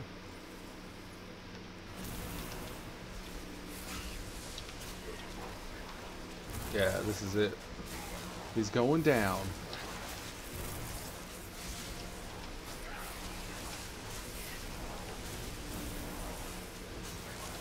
I'm trying out Fury of Air because it's similar, or not too dissimilar from the ability that the monks get. Thank you. And we'll say bye. Farewell. Thank you. Farewell. So that's ding level 90. Yeah, buddy. Alright, over here on the side, I'm going to check out my Warlords of Draenor flight progression quests. Alright, and I think I should probably just hearth. I'll just hearth back. Now on this side, we're level 85. Let's load character. Thorthord, load. It should recognize... No, we're going to have to log out at least once in order for it to register. So we're logging out. Now that's going to register on the old server that we're level 90. Dealing damage or healing generates threat against creatures, which will generally attack the player with the highest threat. Characters with the tank role generate extra threat and should command enemies' attention. So everything generates threat. Your tank should be generating more threat than that. If he's not, let him. Alright, so we've restarted. I'm going to reload over here. Here we go. So, Draenor Explorer. Between Iraq and a hard place. Treasure Hunter I've got complete. I haven't got Expert Treasure Hunter yet. And then there's all corresponding guides with those. So, I think first maybe the Draenor Treasure Hunter, or what's it called? Draenor Explorer. I think I should do those first. Because I'll have access to all the flight pass afterwards. If the 100 treasure counts what we've already found, or does it start with 0 retroactive? Okay. How do I... Draenor Explorer. This achievement requires you to explore all 6 zones. It's account wide. Alright, so let's see Frostridge. I wonder if it's going to give me an actual path to follow. Screenshots? Comments. Here's a list of TomTom waypoints for exploration achievement as I found them using only a ground mount. They're spaced out so you can copy one section regular while macro paste. If you find this helpful, please upvote and thanks. Okay, so as per Vomit comment on Wowhead's recommendation, we're going to begin with the waypoints he's listed here. So I'm just going to copy these like so, and copy, and come back over here to the game, and I'm going to make a macro. So I might just overwrite some of these. Let's change name or icon. We'll name this Explorer 1. So in this macro, we can go over here to our macro toolkit and find that same one. I named it Explorer. These are sorted alphabetically from the looks of it. I'm just gonna copy all those and delete. And then with that copied text I got from Wowhead, I'm gonna paste those in here. And it's about 684 characters total. And I'll drag that down to the bar. And that'll get us started. We'll just go ahead and look, there's an Invincible. Speak of the devil. He's got the reins for Invincible there. No brain SX. No brains. Okay, we're gonna get rid of the quests we don't need and track the ones we do. Now it wants us to go to the dark portal, and that's just a matter of... Yeah, no, I'm not ready for you yet, Thrall. I still got an expansion to go. I believe, yeah, we'll hit up this one because there's a dark portal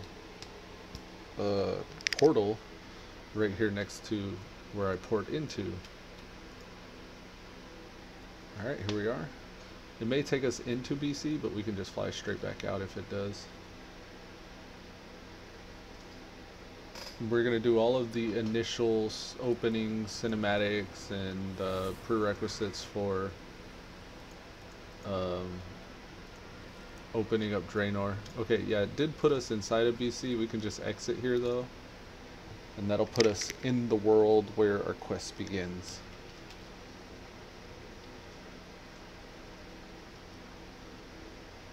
Oh man, my legs are sore. Went on this nature hike like a couple days ago out in the woods, and it was like a good 6 miles. I'm all sore from that. It wasn't just like a paved trail either. It was like pretty ragged and rugged. For Azeroth.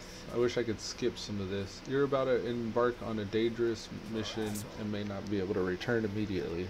Here we are. The Draenor Dark Portal. Storm the portal. Look at that pally. He just bubbled. Lava blast. Maybe that was lava lash. I love it. He knocks a dude in and immediately follows up through the portal. That's kind of a big deal. You step through and you see an entire army, but you don't turn around. You just walk towards them.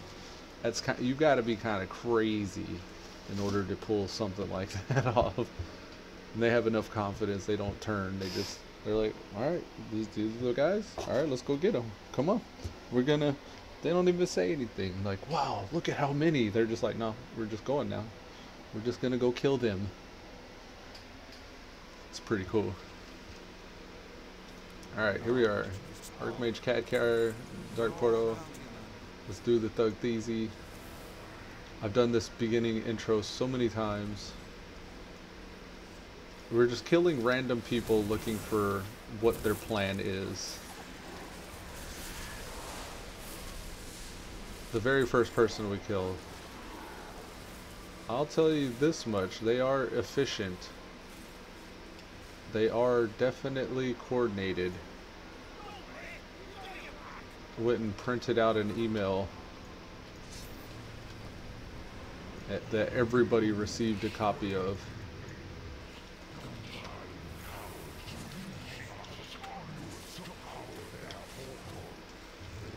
We're gonna get away from that dude, moving right along.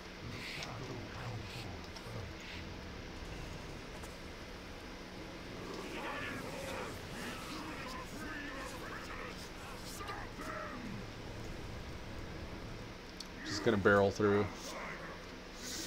That one's done.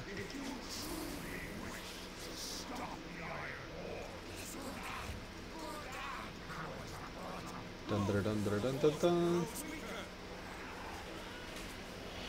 All the kinematics, all the RPs. Yep. I'm almost done with this quest. You're right. Alright, so now we're going underneath here where the green fell stuff's coming out. And Gul'dan. Gul'dan. Alrighty.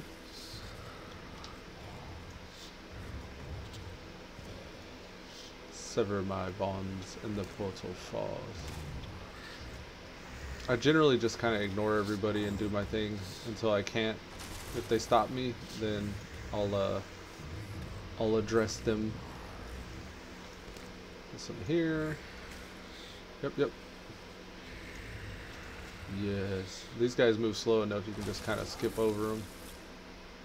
Alright, that's done. I just went ahead and skipped the little cinematic stuff. I've done this so many times. That's probably what I'll just be doing, is skipping all the cinematic stuff. I do rewatch the ones I really like though, so if I make it out to where the Draenor Paladin chick cinematic is, I'll probably watch that one again. There's certain ones I just don't get tired of. That's kind of cool. That mace is pretty neat looking. I like how the jaw opens and closes. The axe is nice too, but I'm pretty sure I would have gotten that axe before. So we'll go with the mace. The Vanguard? The Stalwart Vanguard? Come on, Khadgar, let's do this. Now, after I get my garrison set up, this is all precursors to the garrison. When I get established there, I'll just begin the waypoint and exploration part of the pathfinding achievement. So I've got a bunch of waypoints for all the zones you need to discover in the very first zone. And it's my hope that with each next zone, I'll also have waypoints for those as well. Now, I wonder if I can skip any of these. I think you have to do all of them. I'm going to try to skip and just see if I can.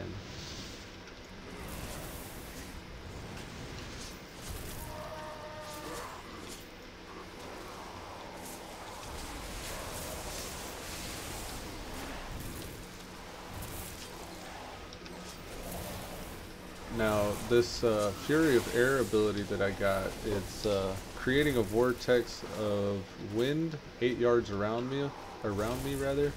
It deals 27 nature damage every 1 second to enemies caught in the storm, and it slows them for 30% of that damage. It's 3 Maelstrom to activate it, plus another 3 per second. So that could very easily drain my Maelstrom. So if I start getting too starved of Maelstrom, then I won't be using that ability. But for now, it's kind of a good AoE ability for these types of situations whenever I'm encountering multiple mobs. And I could do that and keep my Maelstrom up so it doesn't die off. So this effectively makes me, well, this makes me effective in AoE situations. Or it contributes to it at least. I don't know how effective I am versus how I was before just yet without very much testing.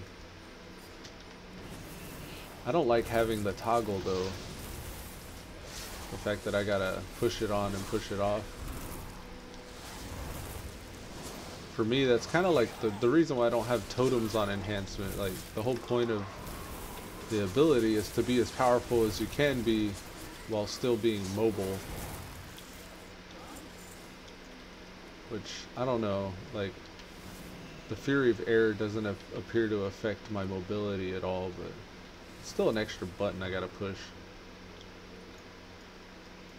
I usually tend to try to pick my favorite few moves that I like to use and do everything just around those.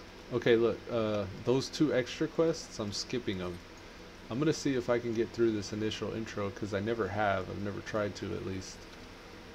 Just by doing the main quests with no side quests. Now, chances are I'm wasting time, and I might have to go back and do those side quests. Chances are too that I could just get by just completing whatever the main objective is. And that'll cut my garrison time in half since I can't skip through anything.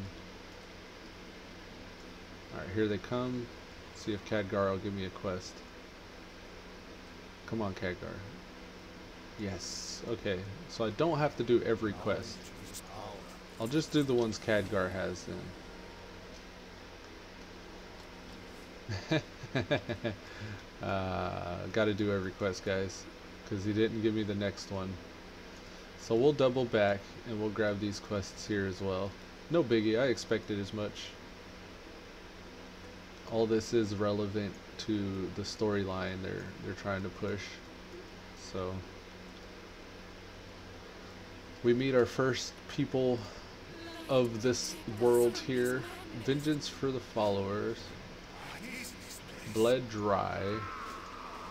Ah! The Draenor death sound. Alright, so we'll let these people free.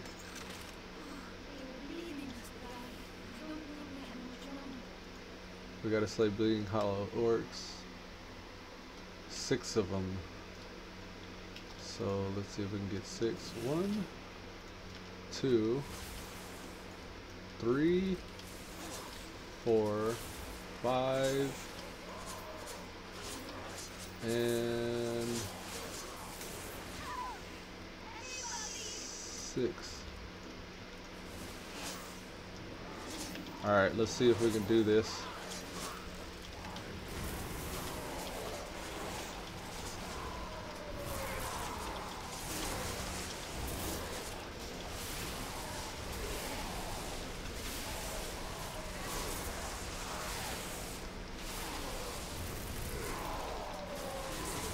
That should be all 6 of them. Yeah, man. At least we could do that. That was nice. Yep, you're welcome. Alright, moving right along. Blood Dry and Vengeance for the Fallen. Fallen. What? Why are you... No. The neutral mobs are attacking my greater earthen. They're like, the world should move around like that. It's just attacking them. What are you doing, Earth? Alright, that and that. So we are doing all the extras. Distract. What? What do you want?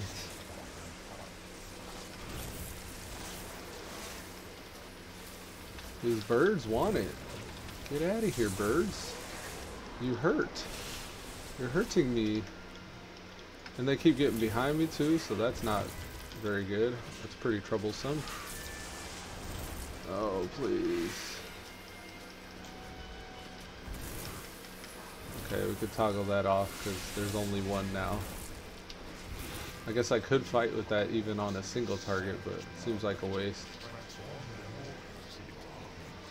Just realized I'm missing a food buff, so I'll eat some food and get some small amount of mastery.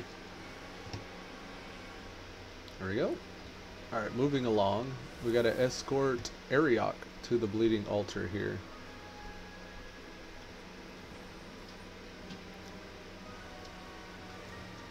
And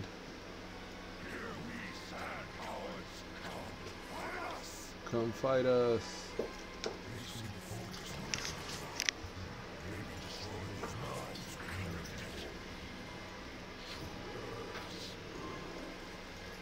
Alright, so we're popping all the blood bubbles here. There's one of them. There's a couple more down here. There's one here. I guess they're going to interrupt us if we attempt to. Being too close makes me have a buff. Alright. What?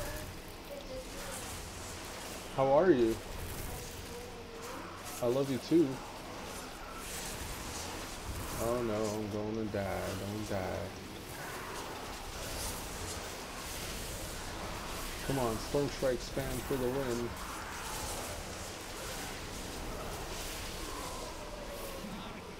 Goodness. Here we go.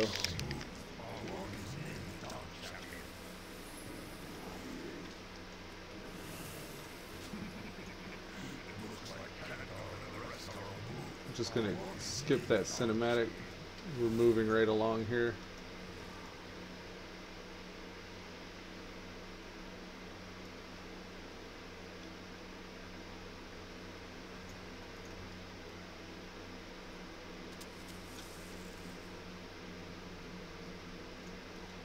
Oh, okay. I was like, where'd they go? They just teleported, I guess. What's up, Khadgar? What's next, buddy? Much we can learn here. I agree. Okay.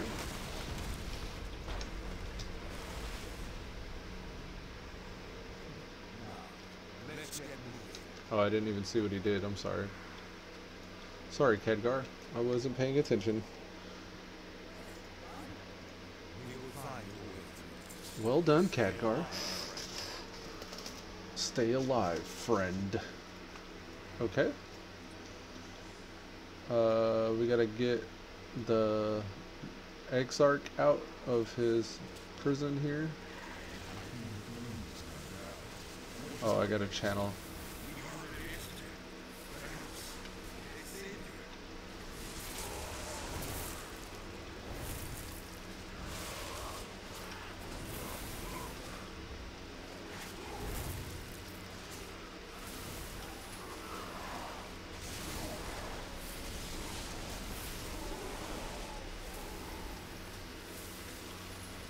There we go. Now we can actually finish the channel.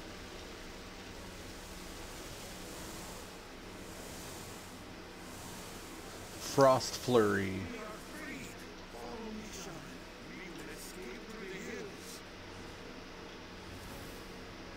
Okay.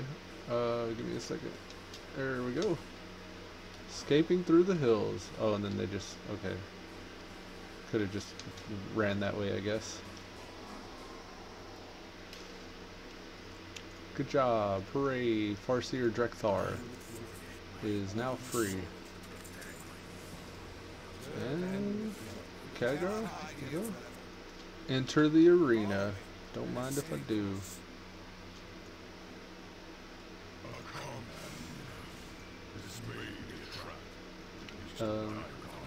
Yeah, with honor.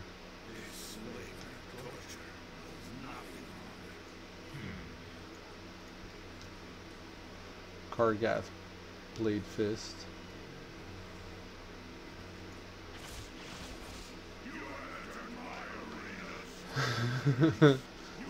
This guy.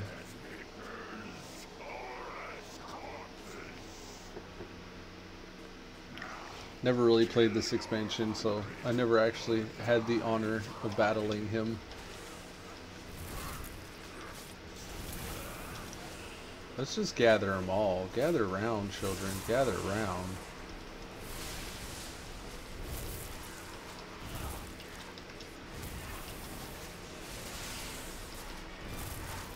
Come on.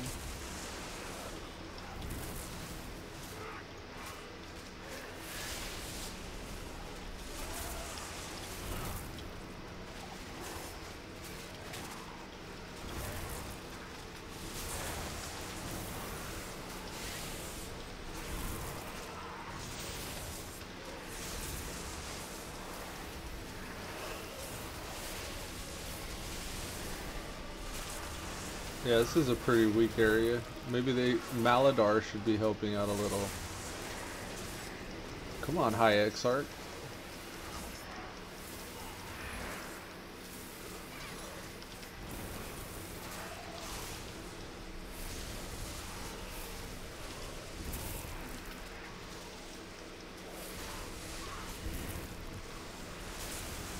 Oh yeah, this guy is a weak defender. We're definitely needed where we are now.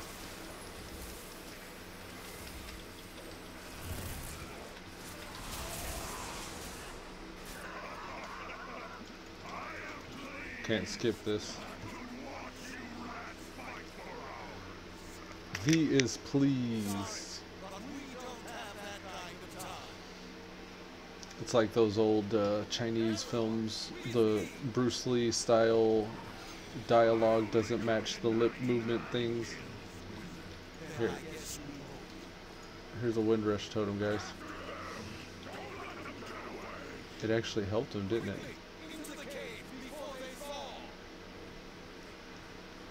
This is a cave? Maybe a mine shaft?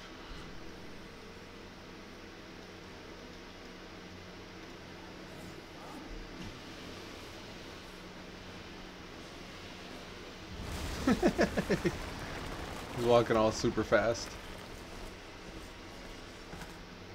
Well done. Alright, Khadgar. Luca. Marad. Vindicator Marad. Tabartos. Alright, looks like we're just slaying a bunch of things.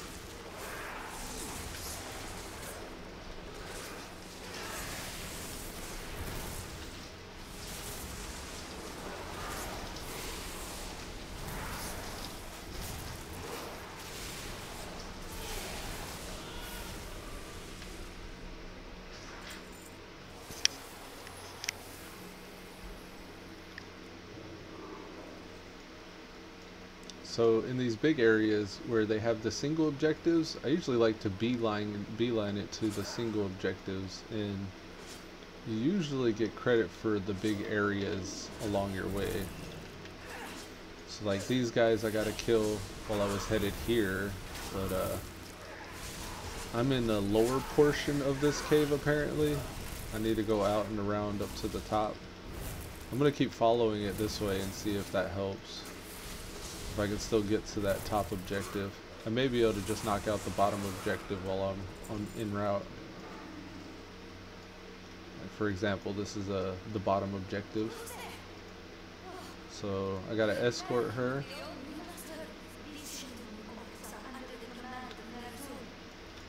I wonder if she can benefit from this. Yeah, she is.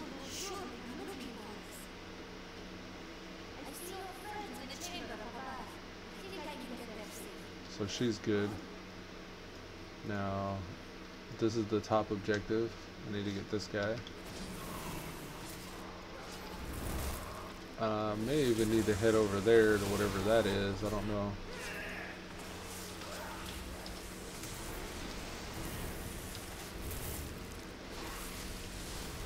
Usually if you got a named and a common mob, if you slay the common mob, you can get rid of that, most of that damage coming your way pretty quickly, because the named have more hit points generally. I usually save them for last. Then I could usually address whatever their moves or abilities are after that other guy's out of the way. So with that dude, it was just moving out of the poo and then interrupting that one ability. Okay, and we got another objective across the hall, it seems. I don't know if we can yet, but after this quest, maybe we want to see if we can queue. Here we go. Those guys evaded, so that works out in our favor actually. Just taking out the little void wolves because they're the common mob, and now gonna take the main down, or the named main.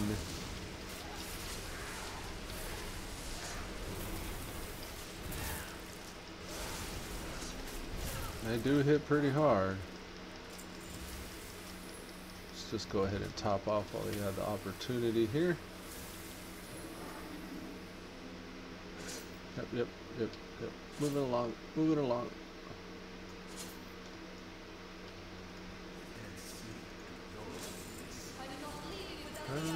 And him.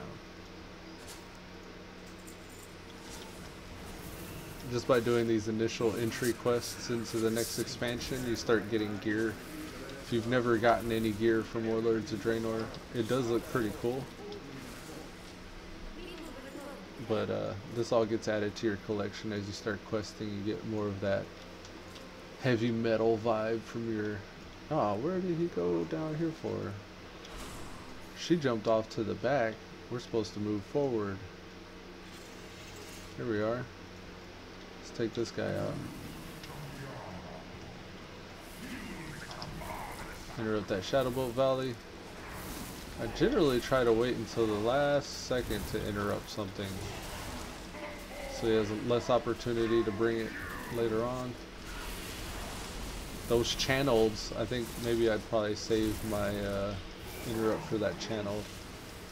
I'll eat the Shadow Bolt volleys until then. Usually he'll have a spammable ability and then a cooldown ability. And that Void Vacuum is his cooldown ability. Those are the ones I tend to interrupt. The cooldowns, not the spammables. Nerzel. You done, Nerzel? And we're out of there. Alright, let's see. Can we get any dungeons? Pandaria Heroics. Cataclysm dungeons. We need an item level 117, and we're currently 144. And I guess we got access to the pre-mades tab. The pre-made group finder. What are we waiting on? Oh, Khadgar.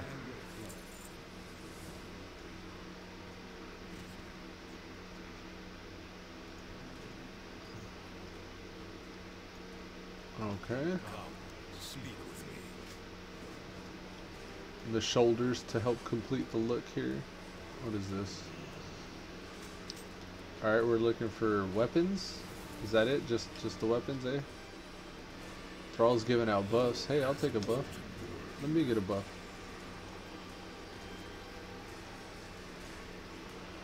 Alright, so it looks like we get our weapons just by clicking things on the ground and killing mobs.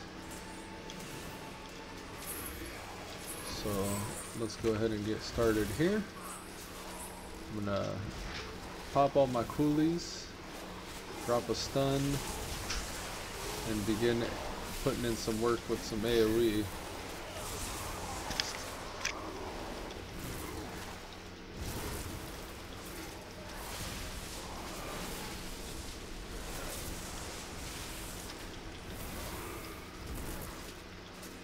Gotta sneeze. Ooh, excuse me. There was my morning sneeze. think I had one already. There was another one.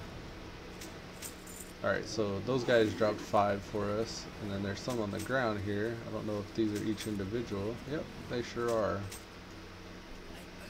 I'm out of range. Yep. Moving up closer and grabbing that. I'm gonna grab these as well. Give me all these weps.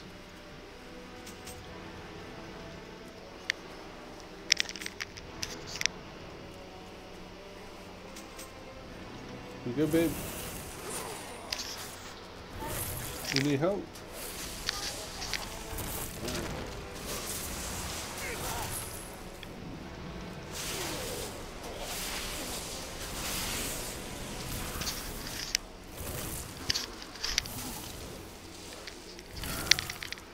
Okie dokie.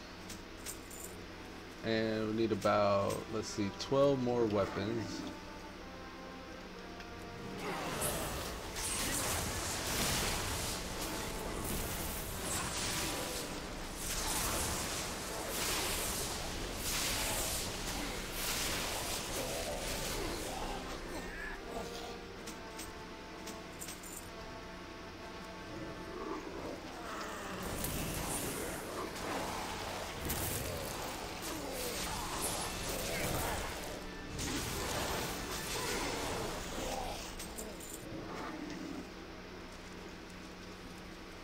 Five more.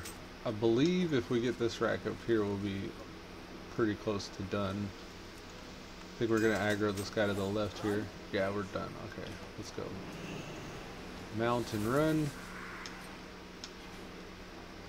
What's this? What's going on down there? Alright, here we go. News from the front. Come, my brothers and sisters. So that gave us the shoulders to complete the look even further. I'm sure I already have the look for these. I don't know if this is my first mail war, or if even Ally has different versions. You three, follow our champion onto the battlefield and listen for my call. I have a plan. So the War Crushers, we definitely want those guys. Here's a handful here we could probably get the attention of.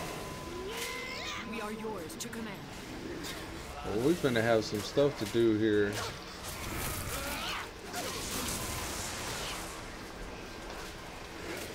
Oh, they're all fighting somebody, so I'm not gonna get threat. I've at least tagged those at least.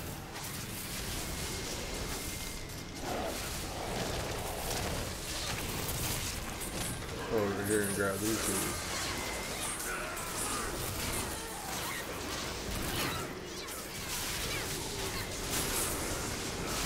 I might die here. Not looking good. Yeah, I'm gonna die. Oh, something's happening. Khadgar reverses time. Oh yeah.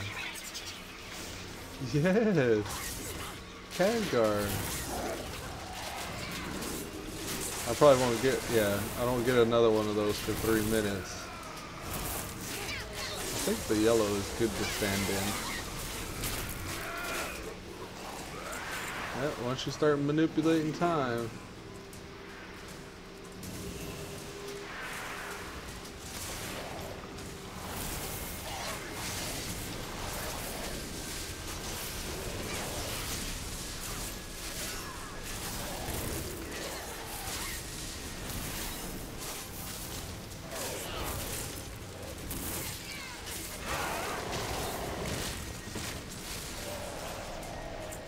And one more big one.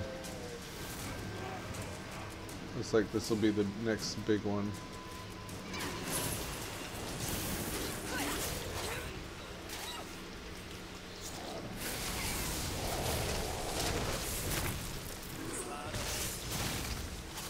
I'm trying too hard to AoE here just because I got this Fury of Air.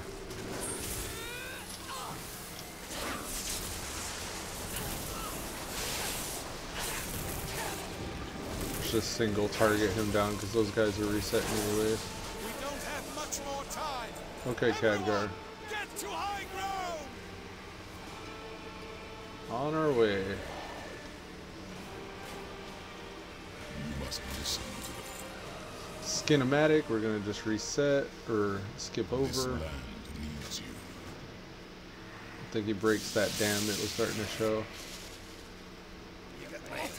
All these as well. I think he can repair us. Yes. Okay, we'll just vendor these. They're good for the gold if nothing else. Have a good one. Have a good one. Alright, and here is a powder keg. We're gonna get some powder keg.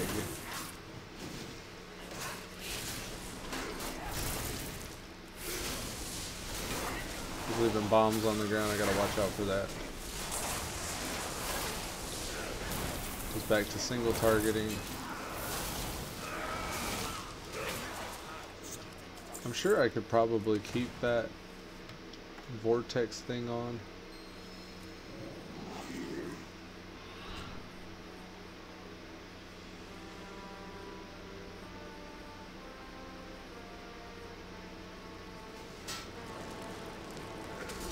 I like this. You could draw a pattern, you can actually spell stuff.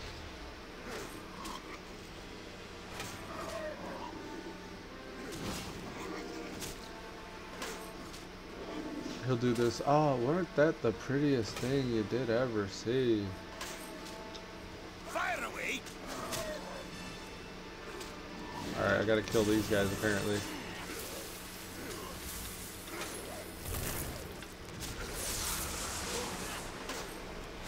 Anybody want to help me? I just want to stare. Okay, go ahead. Enjoy the show.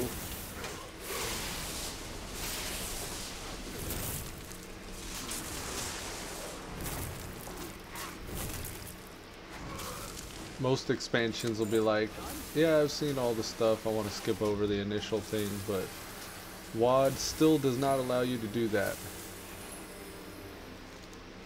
Keep those irons in the fire. There we go. Here she goes. For it. Good plow! Oh, wasn't that the prettiest thing? I just love his bloodthirst. Weren't that just the prettiest thing?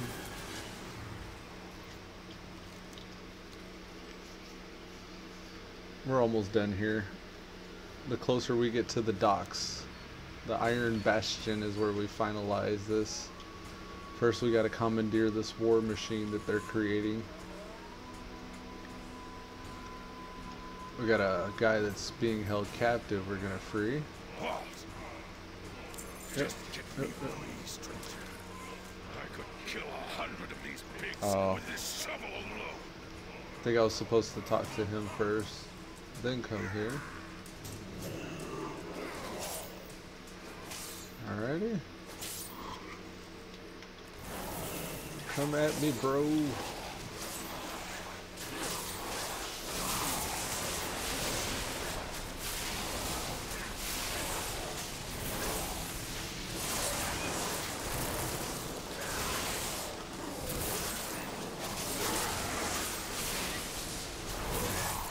Don't die.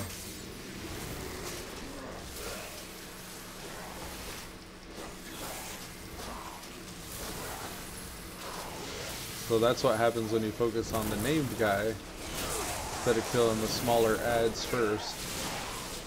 Come pretty close to death before you realize you goofed. Thankfully I had some cooldowns available I was able to access. Sprint back out this way. What's up, bro? Okay, got him. Alright, you know what? Yeah. I swear by the spirit of my father, I will make them pay. But first, I think I need to wash my hands. I will meet you back at your camp. Moving right along.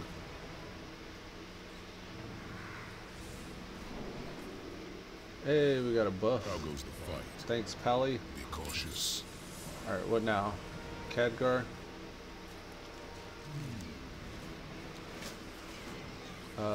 Speak to somebody nearby.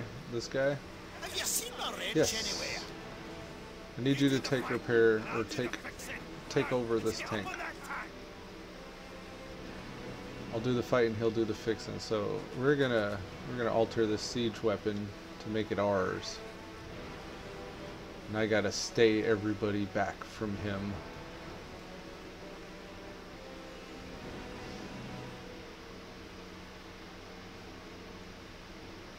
Look back there. I think we can climb up those chains.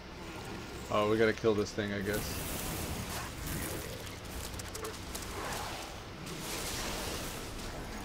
So we'll take out the smaller, non-named mob first. I wonder if we could target specifically its weapons. Yeah, but we can't put any real damage into his weapons. If we were a caster, that's what we would do for sure. Maybe we could stun him?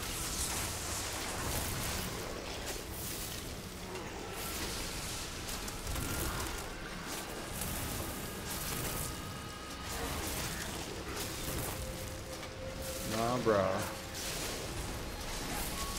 I didn't even notice that guy right there. Something tells me get out of the red laser beam. There you go.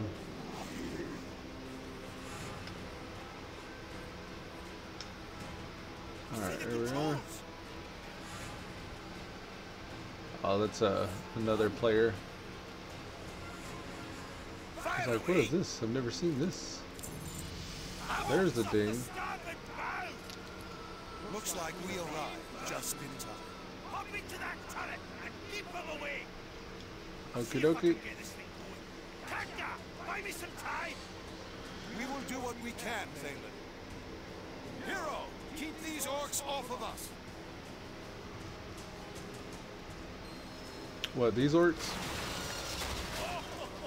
Nice shot.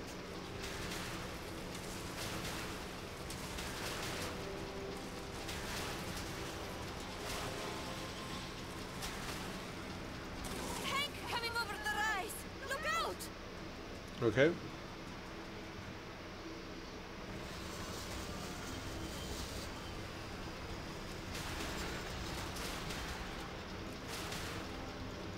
Oh, these controls don't make sense. Remind me never to drive a tank built by an orc.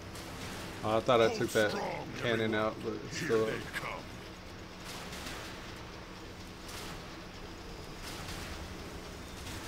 Just keep peppering in some shots down here. Destroy those cunts before they get close. Alright, explosives, tanks, and soldiers.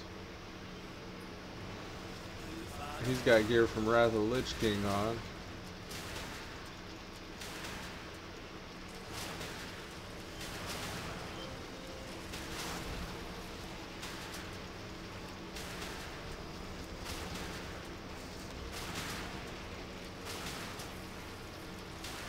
There are so many of them. There's a horde of them. Don't you give up yet, pal.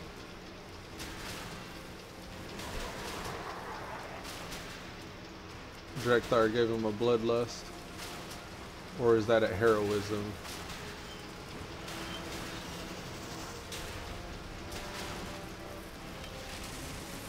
That's it. I've got her running. Let's finish this. Sounds good. Let's finish this. Ragaga.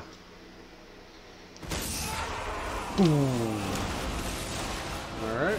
Break the dark portal. Have you seen the Taste wrench of iron. anywhere? Done there. Home stretch.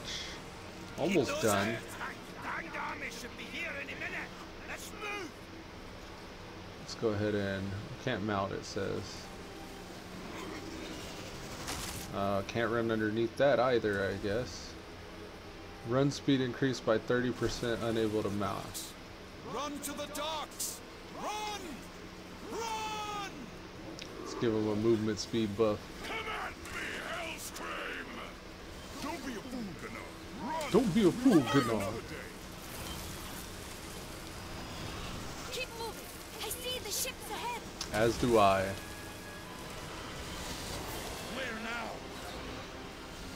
Let's go. Head for the ships at the end of the road. This way. Go! There is Go, no go, place go. to run, outsiders. This is my world. We will find you. Ignore his threats.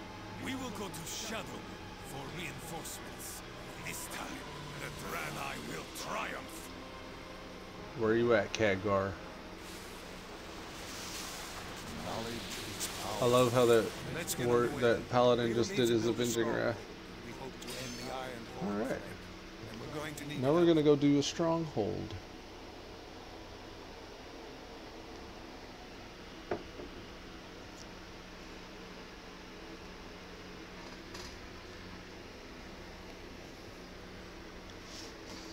We've done all that initial intro stuff. Now we're into Draenor proper, beginning to build our stronghold base. I think right here would probably be just as good as any for a stopping point. So I think we're going to go ahead and wrap up today's stream with Thorthord here. I appreciate you guys tuning in. And see ya. Thanks for hanging out with Elude Stalwart playing World of Warcraft Battle for Azeroth. Until next time, guys, take it easy.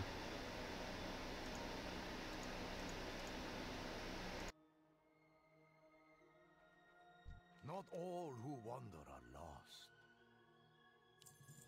The light will guide your way. Thorthord, this hero and many others from another world have come to aid us. It is good to see you, my child. My people welcome your aid, champion. Come with me.